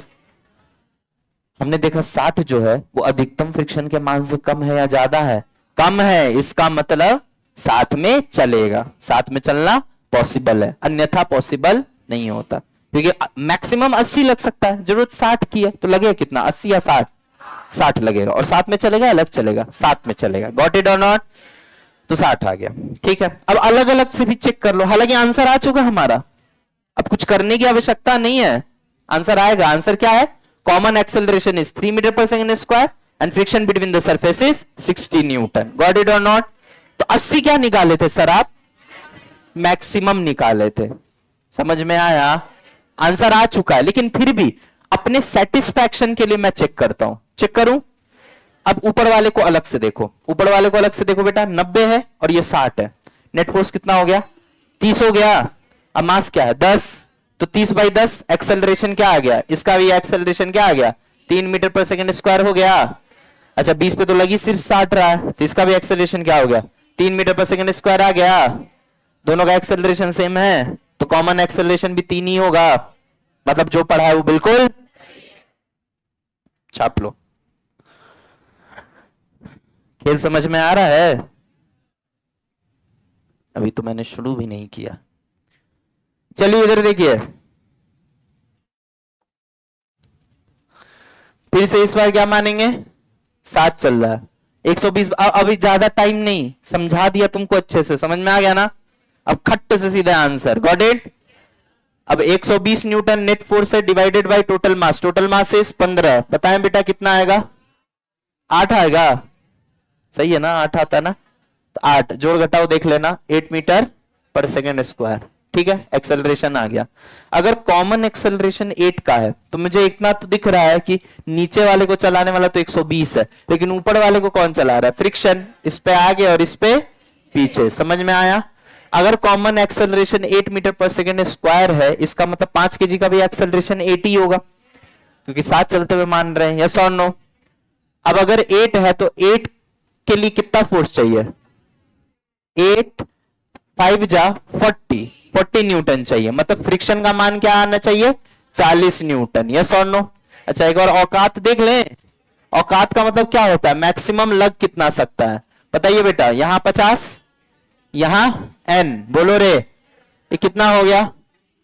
50 हो गया ना? 50 इंटू 0.6 कितना? 30 न्यूटन आ रहा है।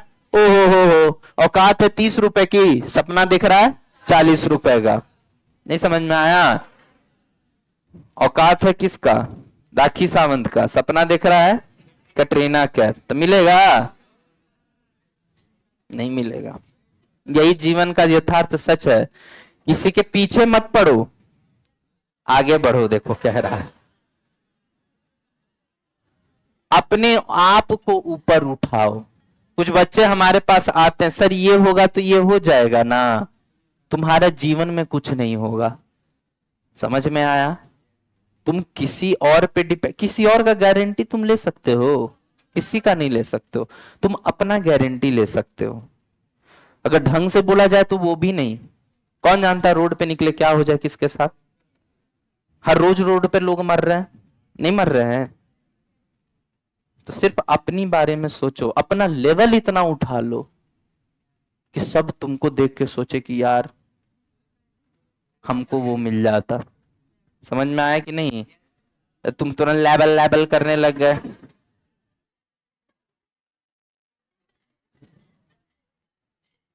मीम देख देख के पूरा जनरेशन मीम वाला हो गया है। देखो रे, ये 30 न्यूटन है, ये 40 न्यूटन होगा कभी? इसका मतलब यह है कि जो मैक्सिमम फ्रिक्शन है उससे भी ज्यादा फ्रिक्शन चाहिए, जो कि मुमकिन नहीं है। इसका मतलब है कि ये दोनों साथ नहीं चल रहे होंगे। गॉट इट और नॉट? अब यानी सवाल का दूसरा चरण पे हम पहुंचते हैं। अभी तक कहीं भी हमें दूसरे स्टेप पे जाने की जरूरत नहीं पड़ रही थी। यस और नो? क्या है दूसरा स्टेप? हालांकि हम गए, जबरदस्ती गए, अलग अलग मान के किए हैं कि नहीं किए हैं? जब चलो अब तो यहां अलग अलग चल ही रहे हैं, तो अब अलग अलग मानो, पता तो चल गया ना? अच्छा अब फ्रिक्शन लग क्या रहा होगा, 40 या 30? तुमको पता है अगर मैक्सिमम से ज्यादा की जरूरत है तो कितना लगेगा? मैक्सिमम लगेगा। मतलब घिसन हो नहीं है, घिसन हुआ तो काइनेटिक हो गया, और काइनेटिक क्या होता है? स्टैटिक का मैक्सिमम वैल्यू। समझ गए ना? मतलब अब हम सीधा सीधा लिखेंगे कि 40 को मिटा दो भैया। वास्तविक तो यह है कि 40 तुम्हारा सपना है। तुम हो कितने? तुम हो 30। गेटिंग माई पॉइंट और नॉट बेटा? तो this is 30 Newton. Now 30 Newton इस पे आगे की तरफ, तो इस पे पीछे की तरफ। ये वास्तविकता है, इसको जानो। समझ में आ रहा? सुल्तान मूवी देखे हो? देखना जरूर। एक बार सलमान खान जाता है बिना बॉडी बनाए, बिना प्रैक्टिस किए दंगल करने, उसको बहुत बुरी तरह पीटता है, उसके बाद भेज देता है। उसके बाद उससे पूछता है, उसका जो कोच होता है बुलाता है इधर, बोला तू काहे आया जब तू जानता है कि ट्रेनिंग लगता है, प्रॉपर बॉडी बनाना होता है, तो तुम आए काहे थे? तो उसको बोला कि हम आए ही थे आज हारने के लिए। इस बार आए थे औकात देखने के लिए, चेक करने के लिए कि हमारी कितनी औकात है। अगली बार आएंगे औकात दिखाने के लिए। समझ में आया? तो यही चीज है, दंगल है ये। ठीक है, तो 30 है बेटा, ये 30 है, 30 आ गई औकात इसकी मैक्सिमम। अच्छा, अब यहां देखिए, नीचे वाले पे देखिए, 120 आगे है, 30 पीछे है, तो 90/10। नीचे वाले का एक्सेलरेशन बताइए कितना होगा? 9 मीटर पर सेकंड स्क्वायर। ऊपर वाले पे तो इकलौता फोर्स 30 है, तो क्या एक्सेलरेशन होगा? 6 मीटर पर सेकंड स्क्वायर। बताओ, इंडिविजुअल एक्सेलरेशन भी बता दिया या नहीं बता दिया? अब एक बात ध्यान से सोच के बोलना, एक 9 से एक्सेलरेट हो रहा है, एक 6 से एक्सेलरेट हो रहा है। बताओ, रिलेटिव मोशन होगा या नहीं होगा? स्लिपिंग होगी या नहीं होगी? तो फ्रिक्शन कैसा, काइनेटिक या स्टैटिक? काइनेटिक फ्रिक्शन की वैल्यू कितनी है? 30 न्यूटन। कर लोगे ना? पक्का? इतना समझदार हो।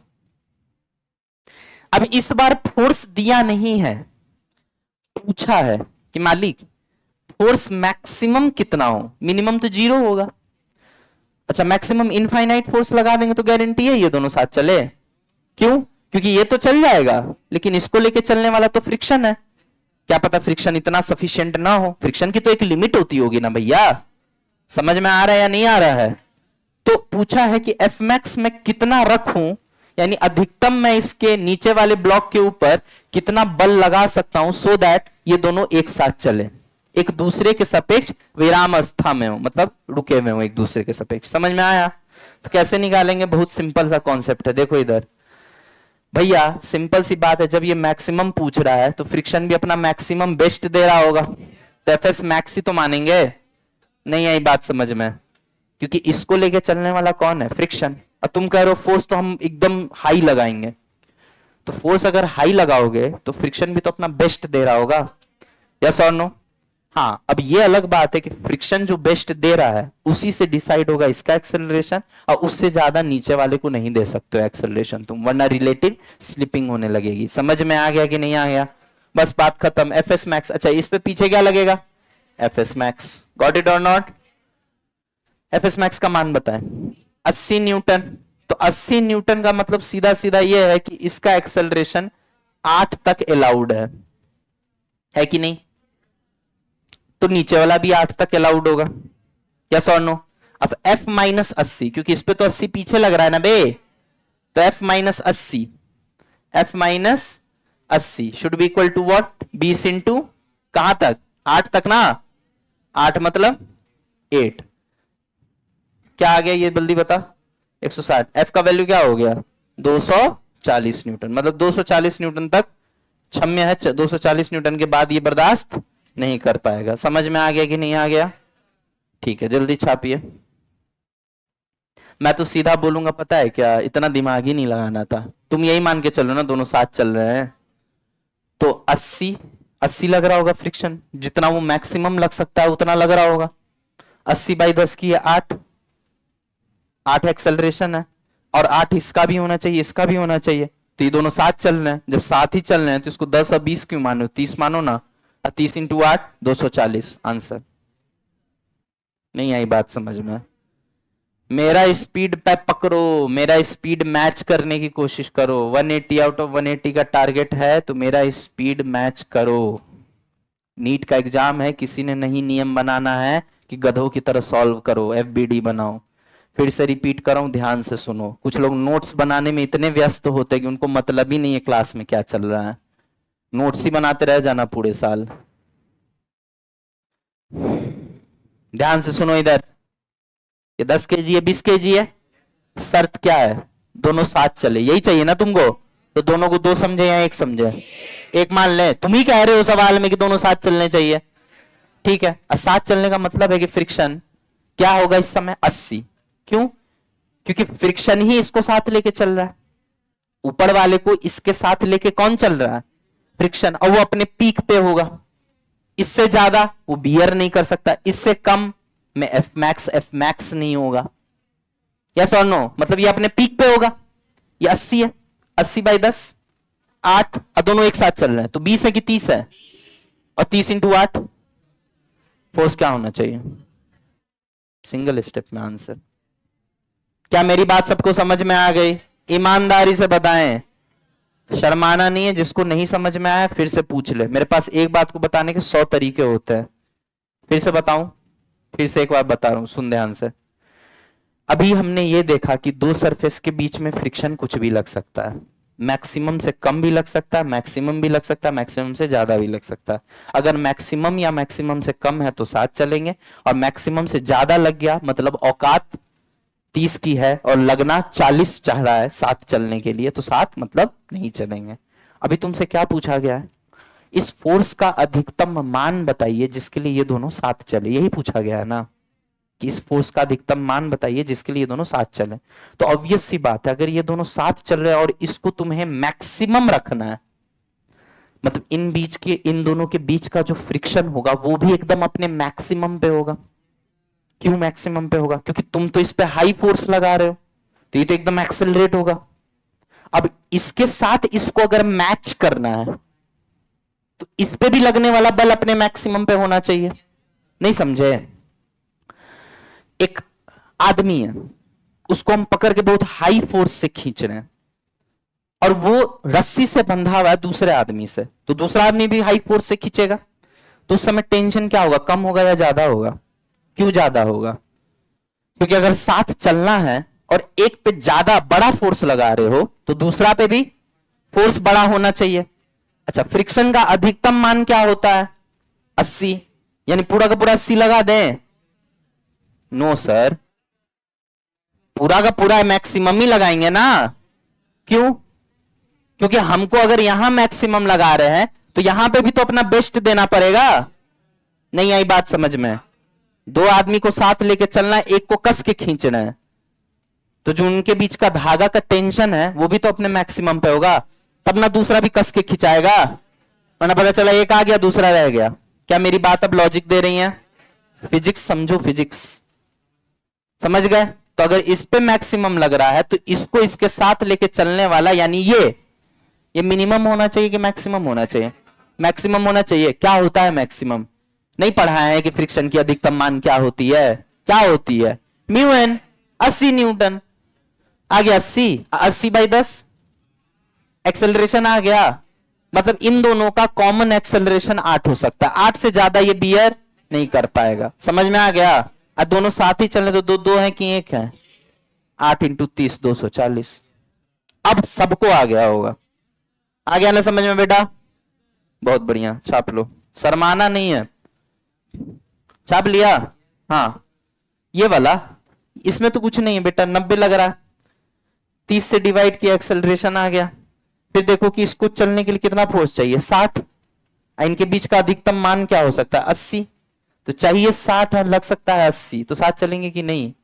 साथ चलेंगे ना, तो जो निकाला वो सही है, आंसर 3 आ गया। Got it? हमने क्या सिखाया तुमको कि पहले यही मान के चलना है कि साथ चलेंगे। साथ चलेंगे तो ये 10 है, 20 है या 30 है? 30 है, और 30 को 90 से डिवाइड करोगे, सॉरी 90 को 30 से डिवाइड करोगे तो त्वरण क्या आ जाएगा? 3 आ जाएगा ना एक्सेलरेशन। और जब 3 आ गया तो अब देखो नीचे वाला को कौन चला रहा है? फ्रिक्शन। तो फ्रिक्शन अगर चला रहा है तो फ्रिक्शन कितना रिक्वायर्ड होगा 3 से चलाने के लिए? कोई 20 केजी का मास है और उसका द्रव्यमान 20 केजी है और त्वरण 3 है, तो उसके ऊपर बल क्या लगना होगा? 60 लग रहा होगा। मेक सेंस और नॉट? और अगर बल 60 लग रहा है और लग 80 सकता है तो बताओ साथ चल रहे होंगे कि नहीं सकते? साथ चल रहे होंगे ना। बस वही चीज तो है। इससे सिंपल कोई कॉन्सेप्ट है? कुछ नहीं है, बहुत सिंपल है। चलो अब इधर देखो, एक क्वेश्चन तुम लोग करो, ये बस इतना बताओ साथ चल रहे होंगे कि नहीं। म्यू लिखा हुआ, म्यू ये मिट गया है लग रहा है कुछ। क्या दे रखा है बेटा? 20 दे रखा है क्या? 20 केजी है ना, नीचे 20 केजी है। जल्दी बताइए बेटा, साथ चल रहे होंगे कि नहीं चल रहे होंगे? क्यों नहीं साथ चल रहे होंगे? अच्छा, नहीं साथ चल रहे होंगे तो अलग अलग त्वरण बताओ क्या होगा? कितना आ गया? 7 और 5 आ गया। सब लोग ट्राई करें, 1 मिनट का टाइम है, सब लोग ट्राई करें, जल्दी करो, टाइम नहीं है मेरे पास। ऊपर वाला आ गया साथ? बहुत बढ़िया। अरे सिंपल सी बात है, अगर घिसन नहीं हो रही है तो फ्रिक्शन या तो इनके बीच में अपने मैक्सिमम पे होगा या मैक्सिमम से कम पे होगा।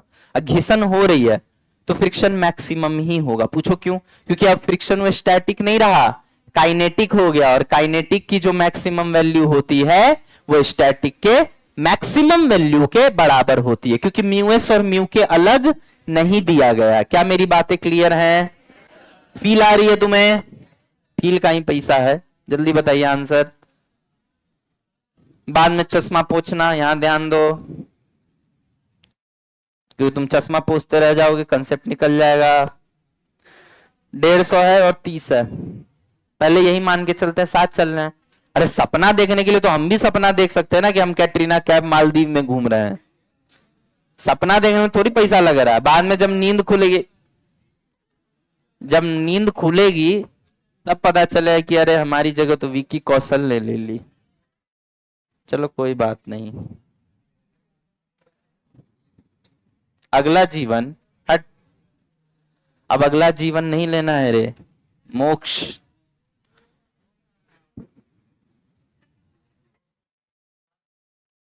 बहुत खेल हो गया आने जाने का। अरे चुप रहो यार। 150/30 क्या होता है? 5। अर्थात अगर ये साथ चल रहे होते, ते है या नहीं है, श्योर नहीं है अभी। अगर यह साथ चल रहे होते तो 5 के त्वरण से चल रहे होते। शिवा समझ में आया ये बात? अगर ये साथ चल रहे होते तो 5 के त्वरण से चल रहे होते। कोई दिक्कत? अब ध्यान से सुनना मेरी बात। अब चेक करते हैं औकात कितनी है। म्यू एन बता भाई। 80 डायरेक्ट लिखूं? स्टैटिक फ्रिक्शन का मैक्सिमम मान क्या है? 80। और 80 का मतलब क्या है? 80 का मतलब क्या है कि नीचे वाला का एक्सेलरेशन कितना होगा? क्योंकि ऊपर पे बल लग रहा है ना 150, नीचे को तो फ्रिक्शन लेके चल रहा है। तो ऐसे सोच लो, चलो एक्सेलरेशन 5 आ गया ना। अच्छा, अब 5 अगर एक्सेलरेशन है तो 20 केजी पे कितना फोर्स लगना चाहिए? 100 न्यूटन लगना चाहिए।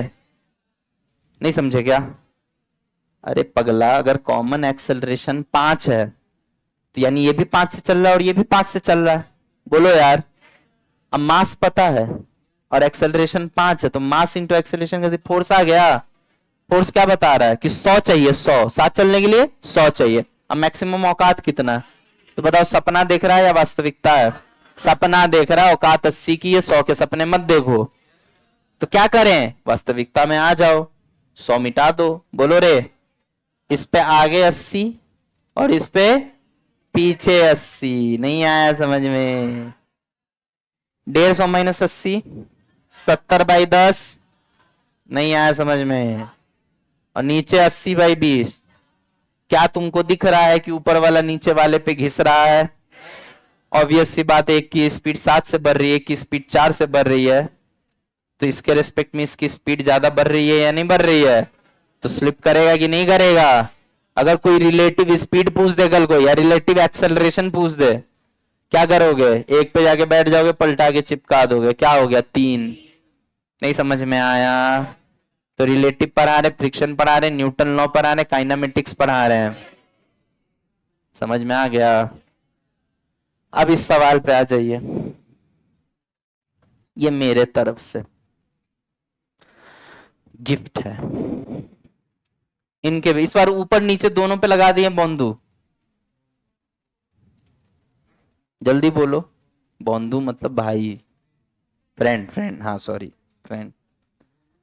भोंदू नहीं, बंधु।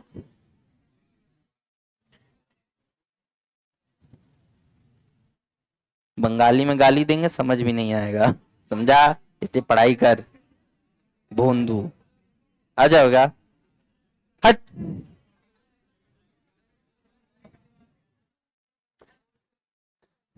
भोजपुरी तो सबको आ जाएगा। भोजपुरी तो लैंग्वेज नहीं, प्यार है। है कि नहीं? बस गाने साले अजीब अजीब बना देते हैं। चलो इधर देखो वे। देखो, लेकिन मानो या मत मानो, अंदर का जो डांस है ना वो भोजपुरी गाने में ही निकलता है। चलिए इधर देखिए।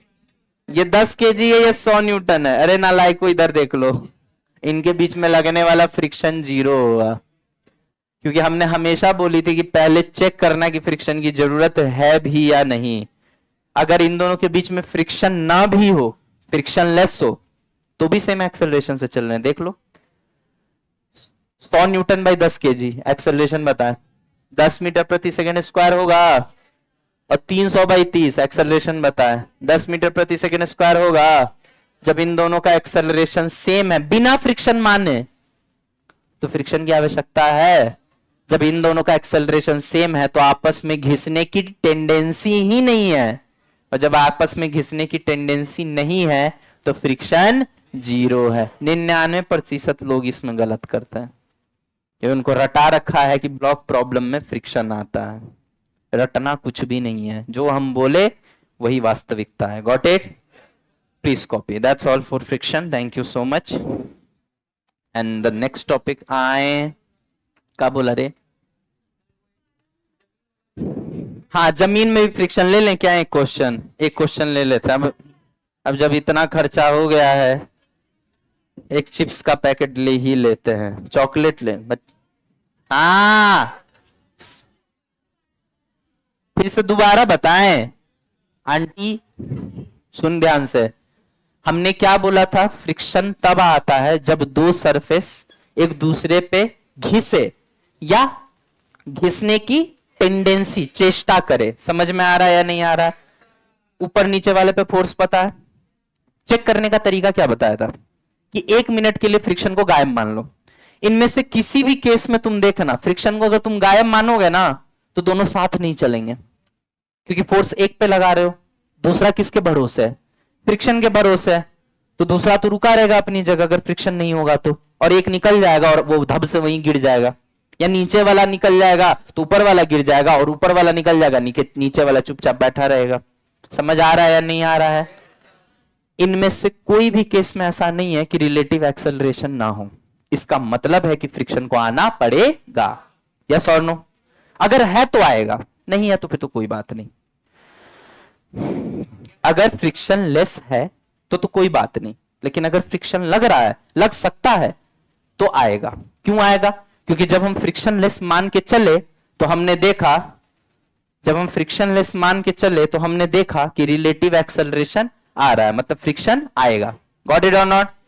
अब यहां पर दिमाग लगा, दोनों पे फोर्स लग रहा है, फोर्स बाय मास कर दिए, क्या आ गया? दोनों का एक्सेलरेशन सेम है या अलग है? तो जब पहले से ही दोनों का एक्सेलरेशन सेम है, चाहे फ्रिक्शन होता चाहे नहीं होता, ये एनएलएम का सवाल है। विदाउट फ्रिक्शन, मान लो फ्रिक्शन नहीं पढ़ाए होते तुमको, एनएलएम का सवाल होता है, तो यही निकालते या नहीं निकालते आंसर? तो जब फ्रिक्शन नहीं है तब भी त्वरण सेम है, तो फ्रिक्शन की जरूरत क्या है? फिर फ्रिक्शन की कोई जरूरत। अच्छा, इसको 100 से 50 कर दे तो फिर फ्रिक्शन की जरूरत पड़ेगी। समझ गया ना खेल? तो यहां तो फ्रिक्शन की जरूरत ही नहीं है, तो माने क्यों? हाँ बोलो बेटा।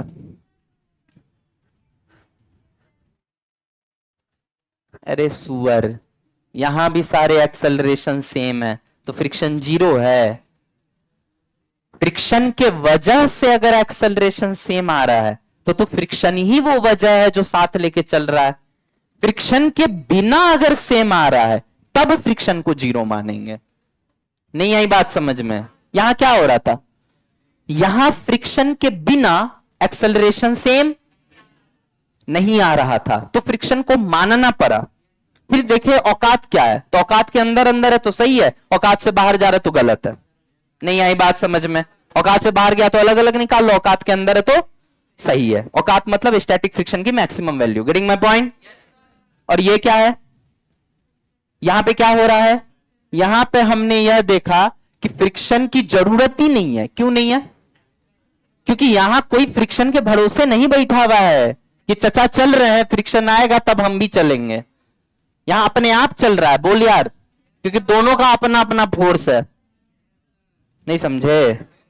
तो जब दोनों का अपना अपना फोर्स है तो फ्रिक्शन लगेगा या नहीं लगेगा ये चेक करेंगे। पहले फ्रिक्शन लेस मान के देखेंगे, अगर एक्सेलरेशन सेम आ गया है तो जरूरत ही नहीं है तो क्यों लगाएं। नहीं आया समझ में? और अगर जरूरत पड़ती तो फिर से वही क्वेश्चन बन जाता। नहीं आई बात समझ में? क्या मेरी बातें सबको क्लियर है? कंफ्यूज्ड आत्मा तुमको आ गया समझ में? बहुत बढ़िया, छाप लीजिए। आज के लिए इतना ही फ्रिक्शन के लिए। नेक्स्ट टॉपिक डाले। हाँ बोलना। अच्छा जमीन वाला, जब तक तुम लोग बढ़िया डिजाइनदार वर्क पावर एनर्जी लिखो, थोड़ा सा जगह छोड़ के। तब तक हम एक क्वेश्चन ले लेते हैं। वैसे नीट में तो आता नहीं है, लेकिन चलो ठीक है, बात बच्चा मांग रहा है तो ऐसा कुछ नहीं है। हम ये भी बोल के निकल सकते थे कि नहीं पढ़ना है, लेकिन वो हमसे होता नहीं है। I don't know why. P block अब ज्यादा लालच हो रहा है।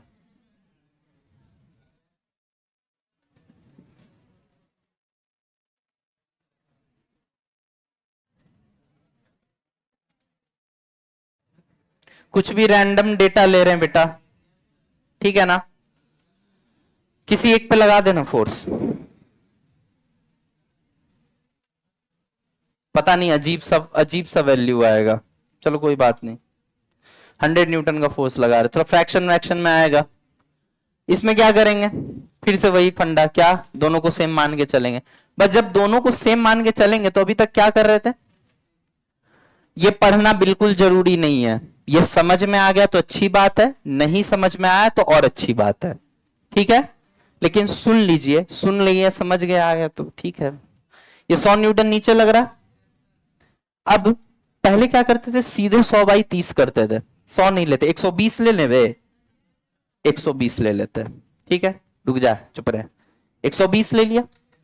पहले क्या करते थे बेटा, 120 बाई सीधे 30 करते थे, क्योंकि फ्रिक्शन लेस फ्लोर होता था। अब फ्लोर में भी फ्रिक्शन है, मतलब पीछे की तरफ फ्रिक्शन लगेगा, ठीक है। कितना लग सकता है बेटा, 30 मतलब 300, और 300 इंटू 0.3 90 आएगा, पक्का ना। यानी जो फ्रिक्शन है 90 न्यूटन है। ये फ्रिक्शन नहीं है, ये फ्रिक्शन की अधिकतम मान है, लेकिन हमें दिख रहा है कि जो हम बल लगा रहे हैं वो फ्रिक्शन के अधिकतम मान से बड़ा है। मतलब इसको कोई नहीं रोक सकता, ये चलेगा ही चलेगा। और चलेगा तो फ्रिक्शन क्या बन गया, काइनेटिक। और स्टैटिक का मैक्सिमम ही काइनेटिक हो जाता है। बोलो हाँ या ना, पक्का। तो 120 माइनस 90 30, 30/30 एक आ गया ना, गधों की तरह बढ़ा देते हैं। तुम लोग को गधा वाला ज्यादा अच्छा लगता है। 120 minus 90 is equal to 30 newton is equal to net mass. हम तो दोनों को साथ ही मानते हैं, इनहेरेंटली तो हम साथ मानते हैं ना, बात की बाद में देखी जाएगी। इक्वल टू 30 है, ए का मान क्या आ गया, 1 मीटर पर सेकेंड स्क्वायर। मतलब अगर ये साथ चल रहे होंगे तो जो इनका कॉमन एक्सेलरेशन होगा वो त्वरण होगा 1 मीटर पर सेकेंड स्क्वायर। अब इसको देखो 10 केजी वाले को, 10 केजी को 1 मीटर पर सेकेंड स्क्वायर से लेके चलने के लिए कौन जिम्मेदार है, घर्षण बल। कौन सा घर्षण बल, जमीन और ब्लॉक के बीच में या ब्लॉक और ब्लॉक के बीच में, समझ रहे हो ना। तो ये कितना होना चाहिए, 1 इंटू 10, 10 न्यूटन होना चाहिए। 10 न्यूटन इस पे आ गया, 10 न्यूटन इस पे नहीं आई मेरी बात समझ में, तभी तो साथ चलेंगे।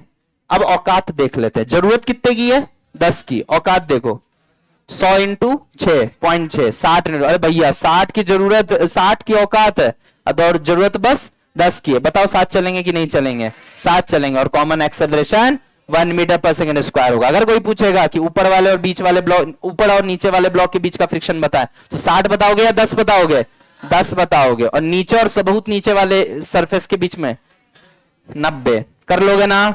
इस तरीके के बहुत तमाम कॉम्बिनेशन बन सकते हैं। ये तो गलती से सही सवाल बन गया, गलती से, मतलब ऐसा नंबर नहीं आ रहा है कि मतलब फ्रैक्शन वैक्शन नहीं आ रहा है, ठीक है। बाकी फ्रैक्शन भी आ सकता था, प्लीज कॉपी करिए। यही चीज अगर हम देखते हैं, मान ले म्यू की वैल्यू हम ले लेते हैं 0.01, क्या हो गया रे, 0.05 ले लेते हैं। जरा देखो तो अब क्या आएगा, अब मैक्सिमम फ्रिक्शन क्या आएगा, एफ एस मैक्स क्या आएगा, अब 5 न्यूटन आएगा। जरूरत कितने की है, तो साथ चलेंगे कि स्लीपिंग होगी, स्लीपिंग होगी। तो फिर क्या करोगे उस केस में, इस पे 5 पीछे और इस पे 5 आगे। समझ गए ना खेल, पक्का। That's all. Work power energy topic नाम बना लें। हाँ बता, दिखा, ये कागज में लिखा है, गाली उली देगा क्या चीज। A block takes n times as much as time to slide down a rough inclined plane of inclination photo as it takes to slide down a perfectly smooth incline plane of same inclination, find the कोए। बेटा कुछ नहीं है, time तुमको पता है ना, एक का एक्सेलरेशन जब स्मूथ रहेगा तो जी साइन थीटा, एक का हो जाएगा जी sine theta minus mu G cos theta. Time नहीं निकाल लोगे, half G T square, displacement same है, यहां से टाइम जो होगा वो डिस्प्लेसमेंट के रूट में आ जाएगा। आ गया, एन की वैल्यू रखा आंसर। ले, बहुत सिंपल सवाल है। हाँ, काइनेमेटिक्स मिक्स है। सवाल बताएं क्या पूछा है, देखिए क्या पूछा है वो, देखिए यहां पे। अब बेटा वर्क पावर एनर्जी हमको पढ़ाने दो, क्योंकि हमको सिलेबस भी खींचना। आज किस्मत से हमको 2 क्लास मिल गया गलती से। नीचे गिर रहा है ना, फ्रिक्शनलेस रहा तो क्या, जी साइन थीटा, पढ़ा चुके हैं, ये समझा भी चुके हैं कैसे आता है, याद करो पेंडुलम टेढ़ा वाला। और फ्रिक्शन है तब, है तो जी साइन थीटा, उसको अलग कलर से दिखा रहा हूं, minus mu G cos theta. समझ में आया कि नहीं आया? इनिशियल स्पीड 0 होगा दोनों में, तो डिस्प्लेसमेंट क्या हो गया, हाफ जी नहीं लिखेंगे, हाफ ए टी स्क्वायर लिखेंगे, या फिर जी लिखेंगे तो जी नहीं, जी इफेक्टिव लिखेंगे। बोला आया ना? अब एक बार जी इफेक्टिव क्या रखेगा, जी साइन थीटा, और एक बार जी इफेक्टिव क्या रखेगा। 2 इक्वेशन बन गए, एक में टाइम लगा टी और दूसरे में टाइम है एन टी, मतलब एन स्क्वायर टी स्क्वायर हो जाएगा। क्या यहां से सॉल्व हो के एन की वैल्यू नहीं आ जाएगी, एस तो सेम है, कंपेयर कर दोगे तो क्या यहां से टी नहीं आ जाएगा, एन की वैल्यू नहीं आ जाएगा, टी स्क्वायर तो कट जाएगा दोनों इक्वेशन से। समझ गया ना? अब सिर्फ गणित है इस सवाल में। टॉपिक का नाम डाले, वर्क पावर एनर्जी। हाँ बोलो।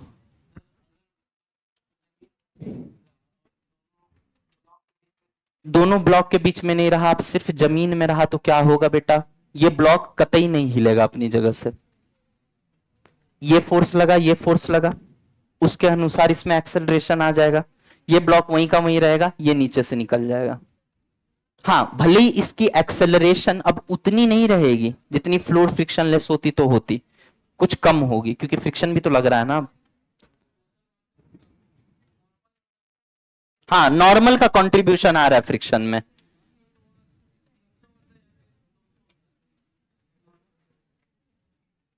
तीन सौ होगा ना, 300 होगा, क्योंकि अभी तो उसके ऊपर है ही, थोड़ी देर बाद ना निकलेगा, अभी तो नॉर्मल 300 होगा। ठीक है ना?